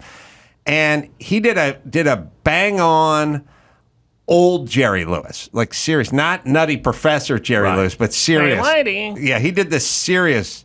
Hold on, which Chris Hansen does a better Jerry Lewis? I think I know that. Toe-to-toe. So he does old Jerry Lewis, serious Jerry Lewis. Right. And they decide that they should call France and talk to the Prime Minister of Jacques Chirac or whoever the hell it was back then, Jacques Lestrap, and I think it was Jacques Chirac. Anyway, it was the 90s, and he calls him as old Jerry Lewis, and the secretary picks up the phone.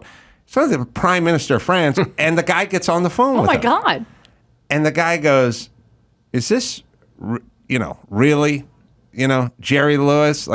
Come on now." And he just goes, who else would it be, basically, in the Jerry Lewis voice? And then they move on.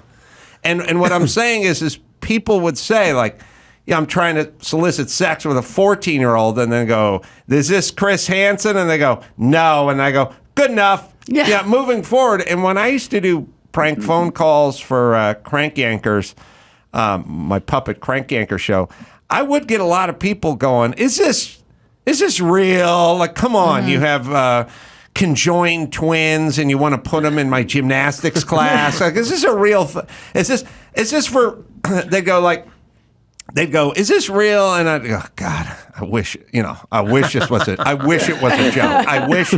basically, I wish I didn't have conjoined twins that I want you to go through your driving school or whatever it is. Whatever the joke was, all I'd have to do is go, I wish it was.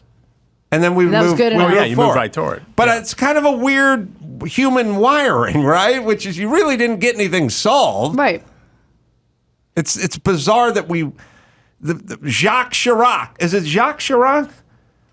Well, he was prime minister. In the 90s. Yeah, no, Jacques What did they Chirac. talk about? What did they talk about when he They spoke for like 10 minutes. About what? Wait, what would you talk to Jerry Lewis about? I don't know. But he wouldn't hustle him off the phone. Well, I'd be like, why are you calling me? It's great to hear from you. How can I help you? What can I do for you? It was during a time in the later 90s when we were having some difficulty with France and there was a war going on or terrorism. He was trying to smooth we're things having over. some issues with them. Maybe they wouldn't let us fly over them or use their airspace or something like that. I have a vague recollection of that. Oh, we have? Is this tape out there? You have it? Is it out? Oh, now we can see. But the point is all you have to do is go, I wish... this is Jerry Lewis, and this isn't Chris Hansen. Yeah.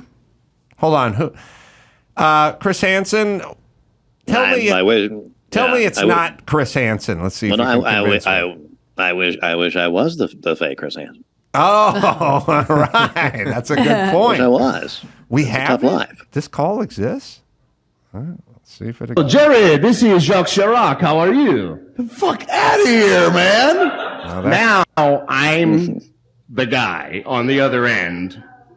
And I say, hello, Monsieur President. Yes, this is Jerry, and I just want you to know the whole thing Ralph with the telling French the and story. Americans with the badness is not good for the... You don't have the call, goofballs. You have the story. That's all right. You can play it. I can hear him say the potential war in Iraq. And we come out of commercials after it's over and we broadcast. We put it on air and say, you won't believe what just happened. We thought we were hung up on, but it turns out Jacques Chirac was just waiting to get to the phone, and here's what happened. And we play it. Well, the shit hit the fan. The French consulate in Los Angeles calls us. Our lawyers call us. Jerry Lewis lawyers call us. Oh my gosh. And I am forbidden for ever telling this story. I'll probably go to jail tonight because I told this story. But Jerry Lewis sues us. K-Rock? Or Kevin and Bean or The Morning Show? Or? Yes. Anybody with a name and a bank account, Jerry sued us. Right. For, and this is my favorite part of the legal document that we got served with, damaging his standing in the international community. Like there's presidents with fucking red phones with Jerry Lewis's name on it all over the world. All right. Well, that was the story, and you got to hear him do a little of his old Jerry. Now, both Chris's. I have a take on why the French love Jerry Lewis. Mm-hmm. Okay, you ready? Yes. Both Chris's ready? Yeah. Yes. Yeah. Okay. Yeah. I'm here. I'm waiting. We're both here. Explain. This is my take on the French. People. You want to really anger somebody, shame them. Like you'll see people, you can call a chick a bitch or a hoe or whatever, go, you're a bad mom. Mm-hmm. You're a bad mom. You'll see them start going nuts, right? When you shame somebody, that's when they really go ballistic. The stuff like, when people sort of go like, oh, you're a douchebag or Adam Carolla's an asshole or whatever, it's like, water off a duck's back. But get to that Achilles heel of the shame, and that's when it kicks in. France, we shamed them during World War II. We had to bail them out. Everyone goes, why do the French hate us? They hate us because we saved them, and we made them look weak and soft and impotent. And that's why you go, of all the people, it's like this. Who hates me the most in life? The people I've done the most for. Right. Every person I've given the most money to, taken care of the best. You want the Mount Rushmore of people that hate Adam Carolla, it's all the people I've done the most for, but it's shame-based. Because you go, give 10 grand so she can put a new roof on her house. Why is she fucking shitty with you? because she couldn't afford her own roof and had to ask me for money. And instead of being thankful, like the French should be with the United States, they got shamed and they're bitter and they're shitty. Now, do they like Jerry Lewis? No, they don't like Jerry Lewis, but they think, what would piss off Americans the most? What comedians do America hate the most? Jerry Lewis. Good. We'll hail him as a hero. We'll embrace him. All of our nation. What would piss off Americans the most? Well, what if we loved Louis C.K.? I don't know. They kind of like him over there. Jerry Seinfeld. Nah, they like Jerry Seinfeld. We have to pick one they hate, who they don't think is funny, who happens to be a huge sack of douche, and then we will embrace him and we'll give him the key to the city. And, by the way, we're never giving Roman Polanski back. We're never giving him back. I know he's a pedophile. I know. And real Chris and fake Chris and the two Chris's, he must hate Roman Polanski. Why won't they give us back Roman Polanski? Fuck you. You wish you had him. You shouldn't have bailed us out in World War II. Japan, we dropped 2 nukes on Japan. They like us more than France. We saved France in World War II and nuked Japan, and the average Japanese person likes America more than the average French citizen. If that doesn't make my goddamn point, I don't know what does. But both, what would your argument be, A1, Chris Hansen, for getting Roman Polanski back in this country to see justice? Well, what I would do, get him back, of course, go over to France with his chat log, and I would tell him he's free to go. I would say, you're free to go. Well, then if Roman Polanski said to me, wait, which Hansen is this? Is the real Chris Hansen? This is the second Chris Hansen? Yeah. Number 2? All right, go ahead. Official what would Chris you Hansen. say to Roman Polanski? I would confront him with the transcripts, and when he says, what's going to happen to me now? I would say, wait, hold on. Does he have a French accent? I don't know. He's Polish, you know. Yeah, that's true. All right, sorry. He would say, what's going to happen to me next? I'll say, that's not up to me. But there are some people outside who would like to talk to you. What if we did a stereo Chris Hansen talking to Roman Polanski? This whole studio might blow up. Whole studio. Yeah, we could talk to you, Adam. You've done some time. Yeah. Have you ever been to France? Have you been to France? Have you been to France? I have. Yeah. What did you do? Well, yeah. What did you do in France? Well, just act like a tourist, you know. Went down. What do you mean by tourist? Like sex tourist? What do you mean tourist? It's just like a delay. It's like an echo. Not set with what? Does the State Department know about this? Sex? Talk to the State Department. I went to the catacombs and like Jim Morrison's grave, you know.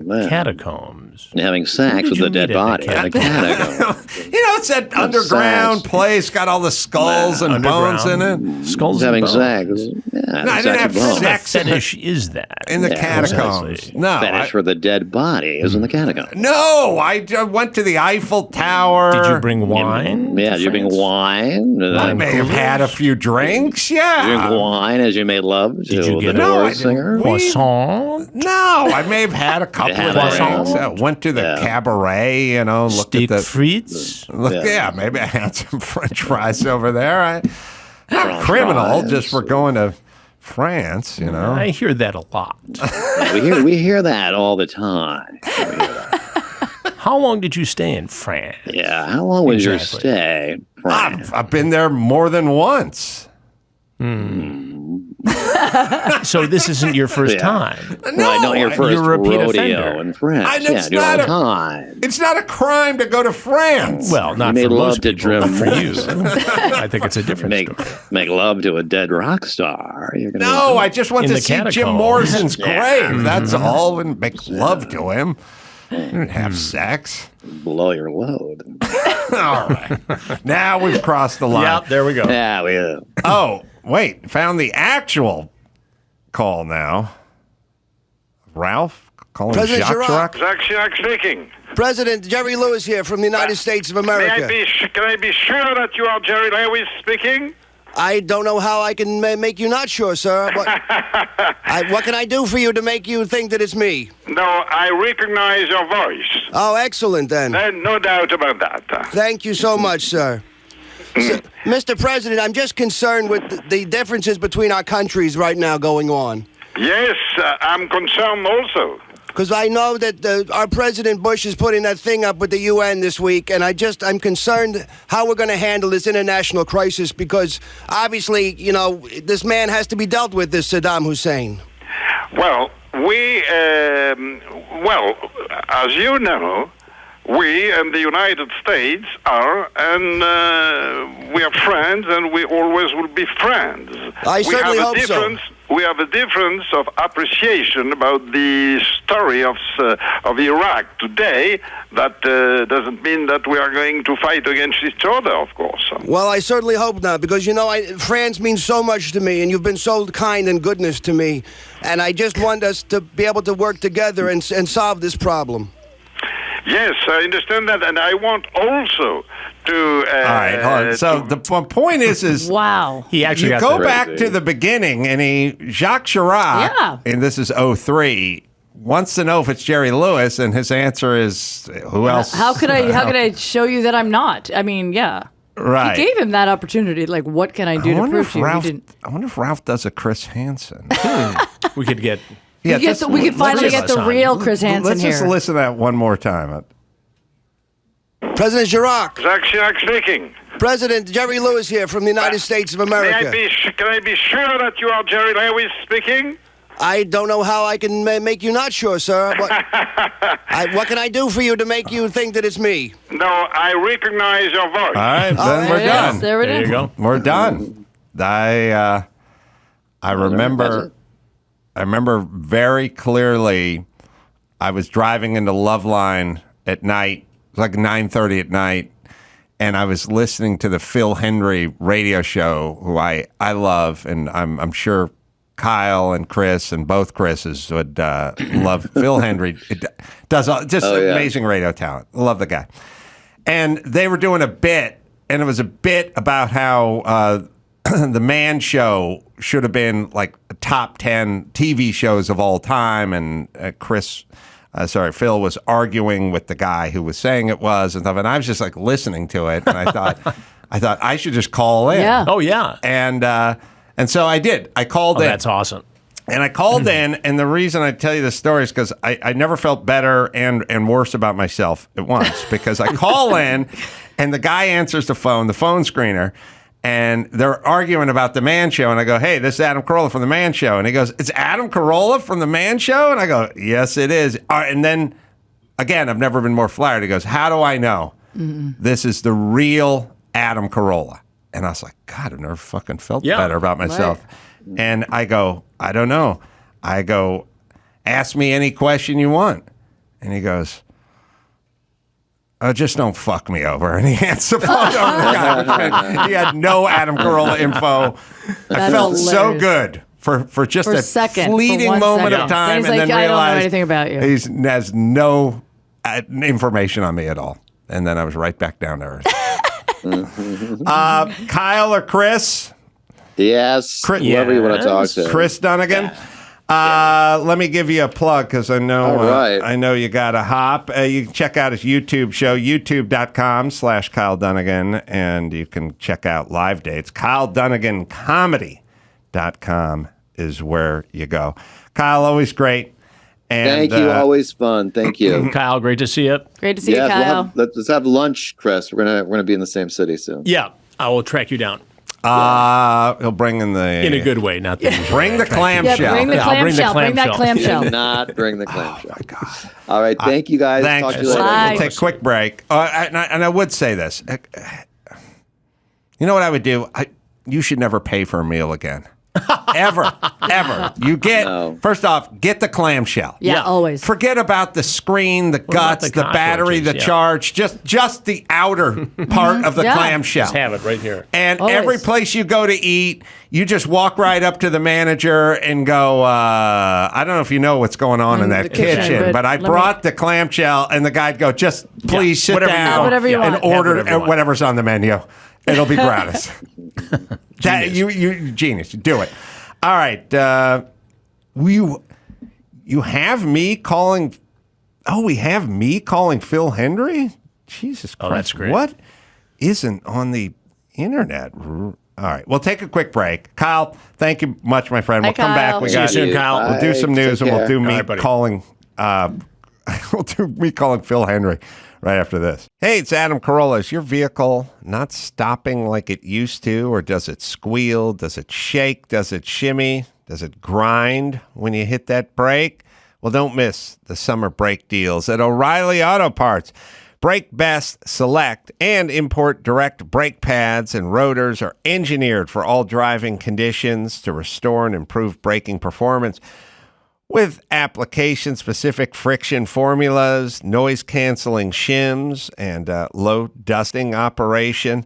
Trust Brake Best and Import Direct to deliver better braking. It's important. It's a safety issue, and right now, you can get 2 bottles of O'Reilly Brake Parts Cleaner for only $8. See store for details.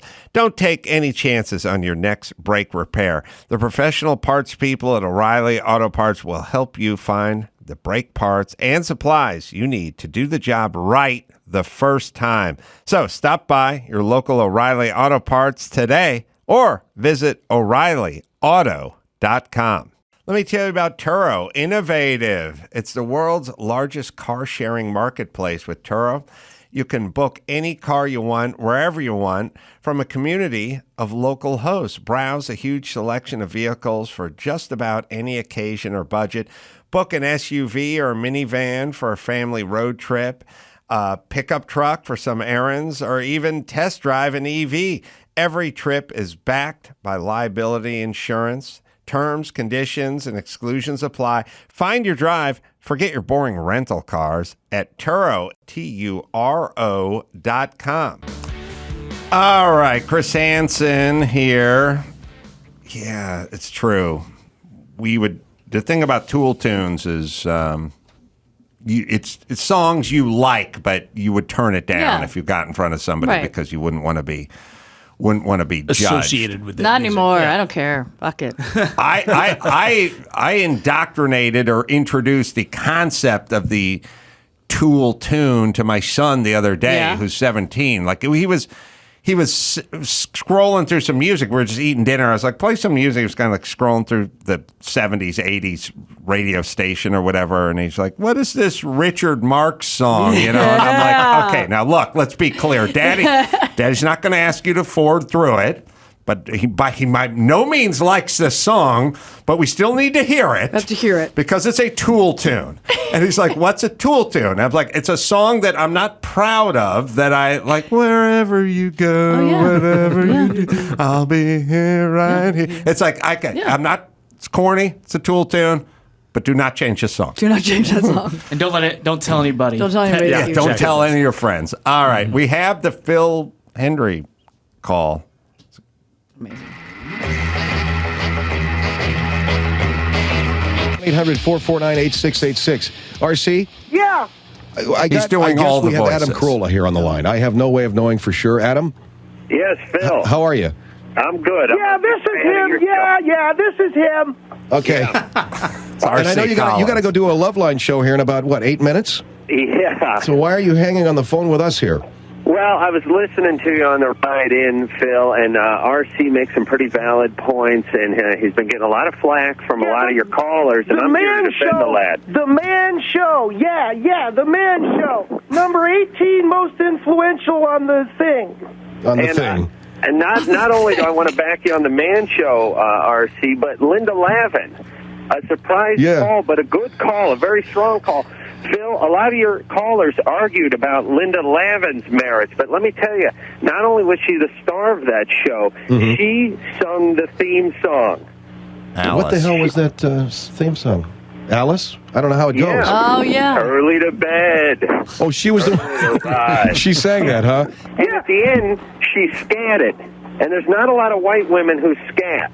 Now, so what I about think that puts her on the list? Now, you can pause it for a second. So, R.C. Collins said the Man Show should be top 20 most influential TV shows, and that Alice or Linda Lavin was one of the greatest TV actors ever. So he would throw this stuff out, and then people would call in and argue with him, who's doing all the characters. All the characters. Sorry, you can continue. She sang that, huh?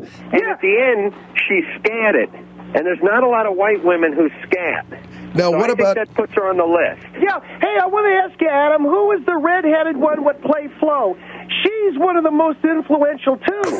Yeah, she should at least... I think she should bump Daisy Fuentes down to 20. Right. Got to take 19. And put that redheaded chick on. That's right. Good luck with the show, The Man Show, with Jimmy Kimmel, right? Yes. And... one of these nights I'm going to get to see all this TV that I can't see because I'm, like you, I'm up late, you know? I know, Phil. We miss all the good programming. Adam, thank you. Thank you very much for taking my call. Peace out! Collins. This is 1999. Wow. God, your voice doesn't even sound the same. Nobody has a TiVo. Yeah, TiVo. Back then. Yeah, you miss it. But now some of these sometimes people listen to old Loveline tapes and stuff like that, and they'll go, God, your voice is so different. It's the recording. It's compressed. It's 25 years old. It is, but our voices do change. They do, but I'm just warning people, when you listen to old audio, it sounds more nasally, I think. You sounded like a That's girl. That's a good word. A little bit. Say that again. It sounds nasally, I think. That suddenly sounded sexual. Yeah. It is not today's digital recordings that probably aren't going to sound different 100 years from now. But I listen to, every time I play an old Loveline thing, I sound completely different. All right, we got some news. Chris Laxamana. All right, so Jason Aldean, country music superstar. Yes. He's been in the news lately because he just released this new single. Well, actually, it came out in May. It's called Try That in a Small Town. Yes. And the lyrics are basically like, take away my guns, burn flags, all that stuff that you guys are doing in the big cities. Try that in a small town, see how far you get. Right. Here's a little taste of it if you want. Here's a chorus. We'll try that in a small town. So this video was actually just released, so that's why it's coming to people's showing attention. a lot of Black Lives Matter protests and things burning and stuff like that. So there's a lot to I'm not in the business of supporting guys who wear 2 earrings. Oh, that's right. I can barely support a guy with one earring. Like I used to like Harrison Ford. Then he turned 72 and he got an earring, and I was like, I cannot support this guy anymore. Dude with 2 earrings, I can't support, but I will support in this particular case. Fuck all you assholes. I don't want to live in your lawless hellscape that you somehow think it's a fucking hate crime to tell people they can't commit crimes and burn things down and go on the street. Fuck all of that. Billions of dollars worth of damage. The communities that get fucked up the most are the ones you pretend to like the most and support the most. We need fucking law. He's right. Do you want some of the examples that he gives in the song? Yes. All right. These him. are actual lyrics. Sucker punch somebody on a sidewalk. Carjack an old lady at a red light. Pull a gun on the owner of a liquor store. Cuss out a cop. Spit in his face. Stomp on the flag and light it up. Good.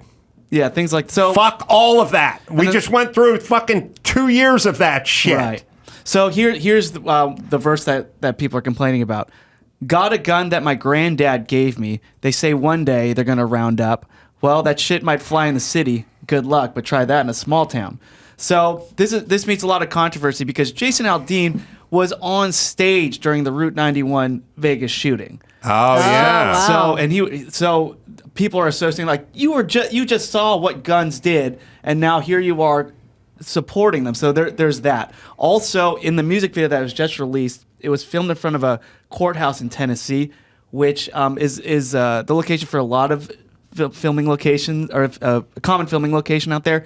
But it also was a site of a lynching in 1927 of an 18-year-old black man. Well, first off, if you want to go back in history, then that means the CVS in La Cañada was also the place of a lynching in 1918 or something like that. It's everywhere. Now, so here's the deal.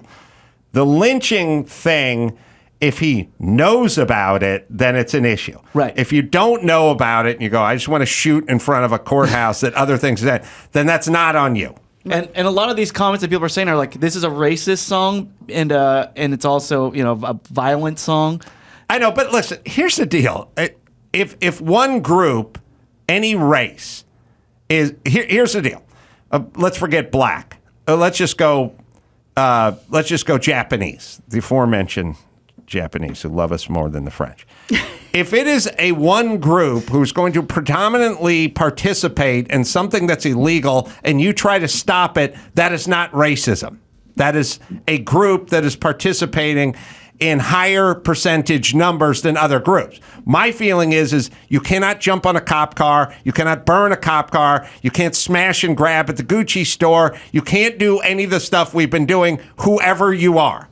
If one group is overrepresented in that group who is doing it, tough fucking shit. Our job is to not tolerate it. And it's racism to tolerate it if it's coming from one group and not tolerate it if it's coming from another group. Thank you. But wait a minute. I thought white supremacy was the biggest problem this country faced. It is. It still is. Yeah. Okay. So then maybe he's talking about looting and fires and punching cops. He must be talking about white supremacists, Well, I right? actually have his statement, but I'm going to read Sheryl Crow's statement because she tweeted out about this song.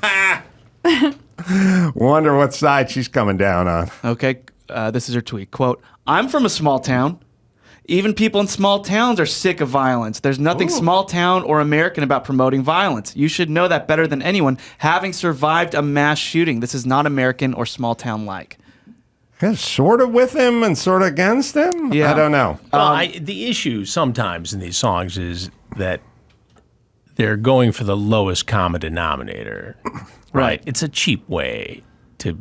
Nasal and denominator. Common nasal denominator.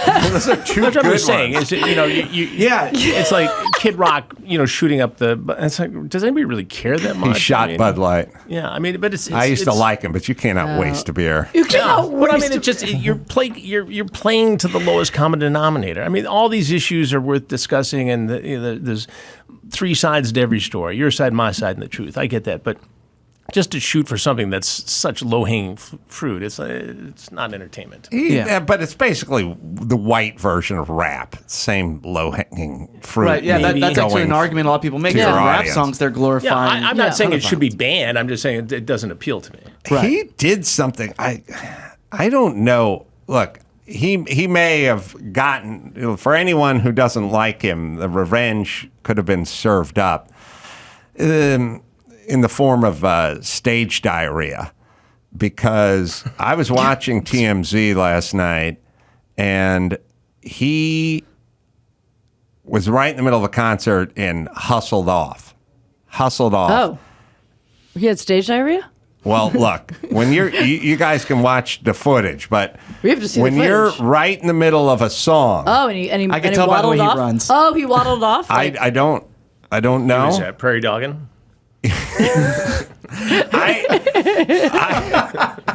Well, if that prairie dog was put in a Cuisinart, I mean, we all electric eeling. There's a difference between throwing up and sticking out your tongue.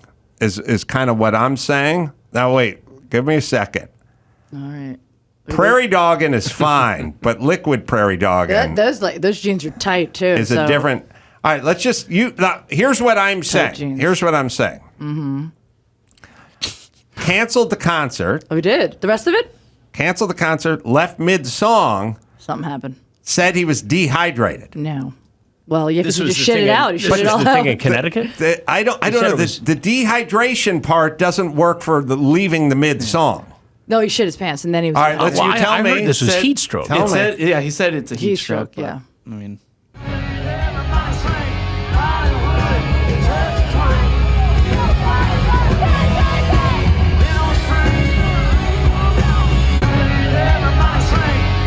He's running.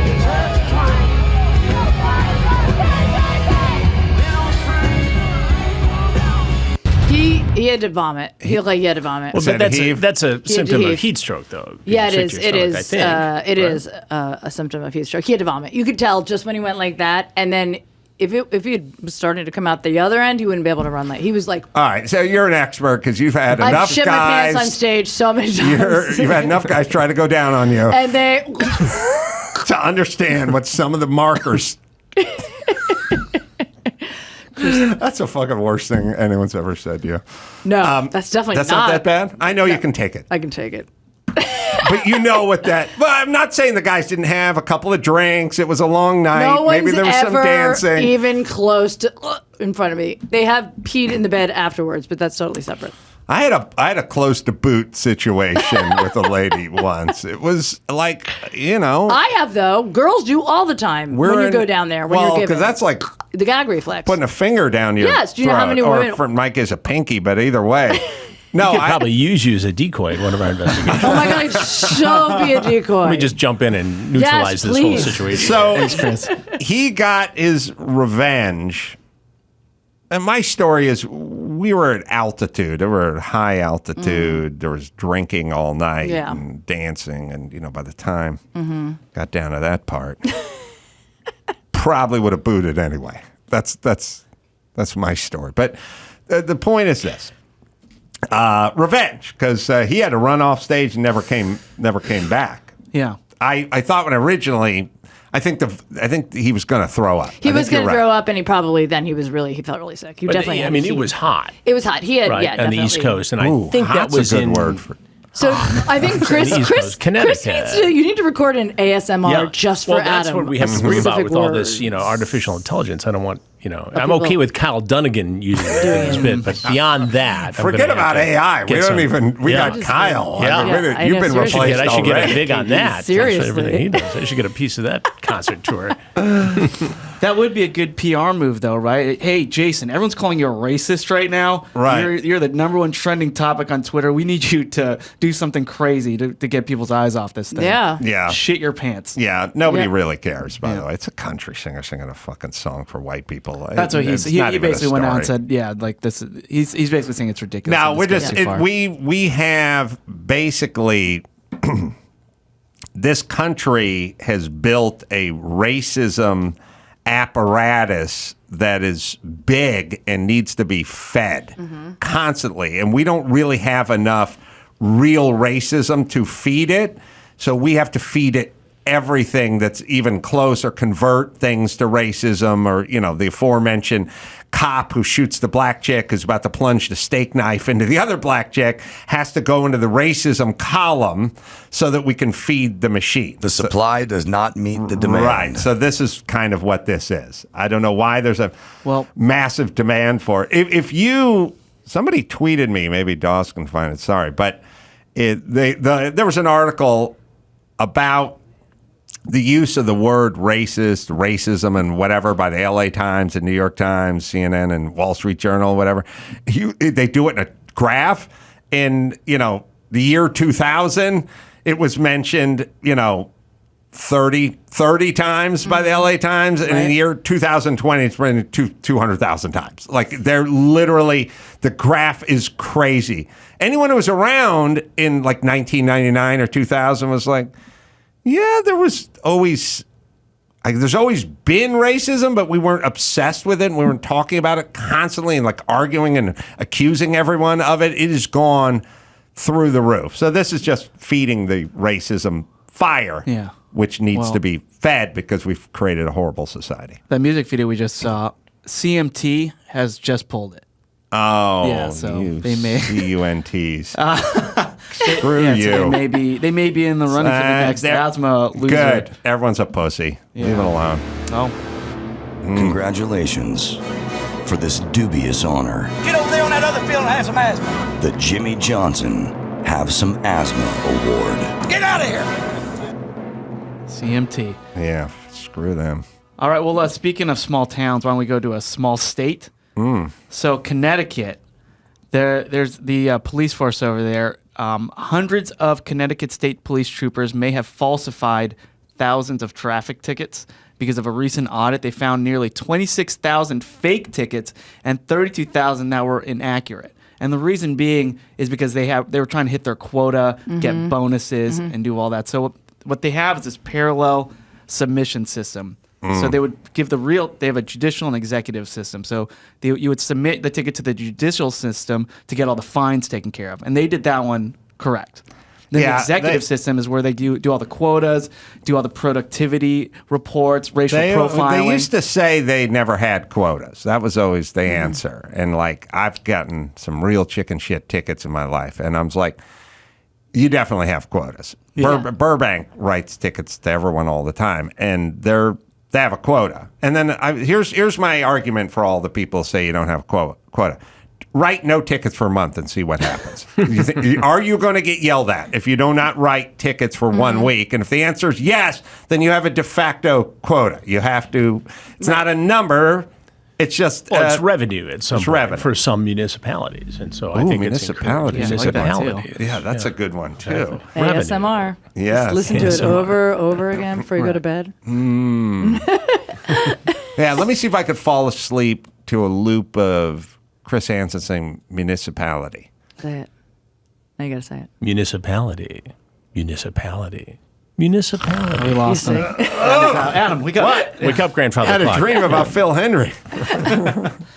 So the governor of Connecticut's like, just let him. We should let these guys go and let their bosses go and do an investigation. This is bad, obviously. And what they would also do when they would submit these tickets is whenever they'd submit a fake ticket, they would say that they pulled over a white driver.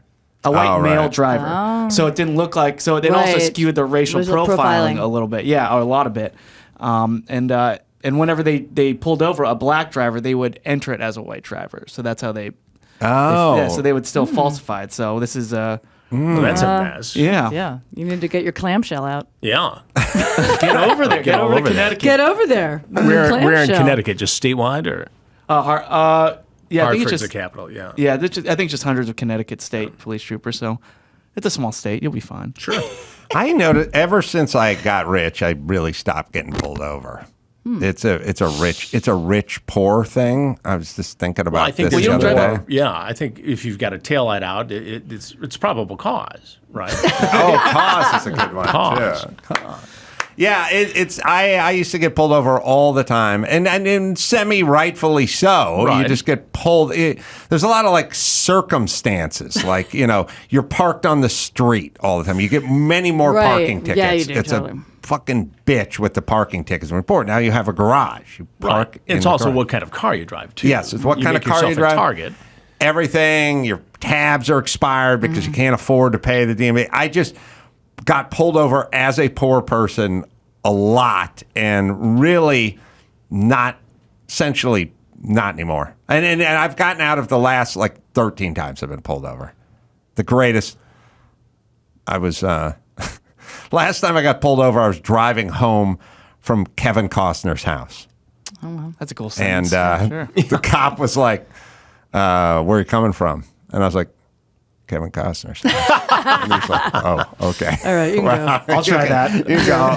I got a lot of show. Even if you were lying, that's a great lie. Yeah. It's like, who says that? But I just find that I don't do a lot of driving that puts me in you don't do a lot of dickish driving. If I'm in New York, right, I'm not driving. Right. If I'm in Michigan, I drive, but I have a very nondescript vehicle generally, and I'm going to, the Home Depot. Or it's Costco. a red it's not a lot LTD with a Landau roof. Yeah, no, that with the quarter panel flapping in the wind. Oh, I love I the painted Landau. that car myself. Really? Yeah. The Landau roof, I'm obsessed with the Landau Got roof. the windows. Opera windows. Yeah. Yeah. I talk about it quite a bit on this show. He does. He really does. They upholstered the outside of the car. Oh, yeah. Oh. Yeah. In a year where they couldn't get the inside of the car to not crack in one summer. These had cloth seats. Black cloth. Remember those? Yeah. Car interiors used to be. Car interiors used to be sort of the interior of nice cars was sort of like, well, what's a really nice whorehouse? Right. Like something with a lot of nap crushed and velvet. pad and crushed velvet. This wasn't crushed velvet. This was just like the lowest.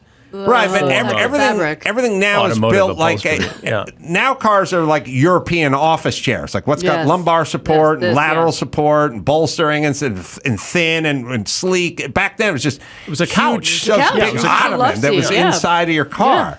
Yeah. No seatbelts. Sorry. Like, what could be more comfortable than having a huge couch inside your car as you went down the road? Yeah. Driving, just go take a nap. Yeah, have a beer, take a nap. I tried that. My first car was a minivan, and I gutted it. and I spent a ton of money trying to make it an apartment. Yeah, so I got a rug for it. I put a TV in it, and it's a tiny home. I basically went to Bed Bath and Beyond. Big woofer. Everything. Yeah, and then I remember after work one day, I'm walking a girl back to her car. I'm like, hey, you want to check out my van real quick? Because I was really impressed. It's like I lived at my mom's house at the time, so this is like my closest thing to an apartment. Mm-hmm.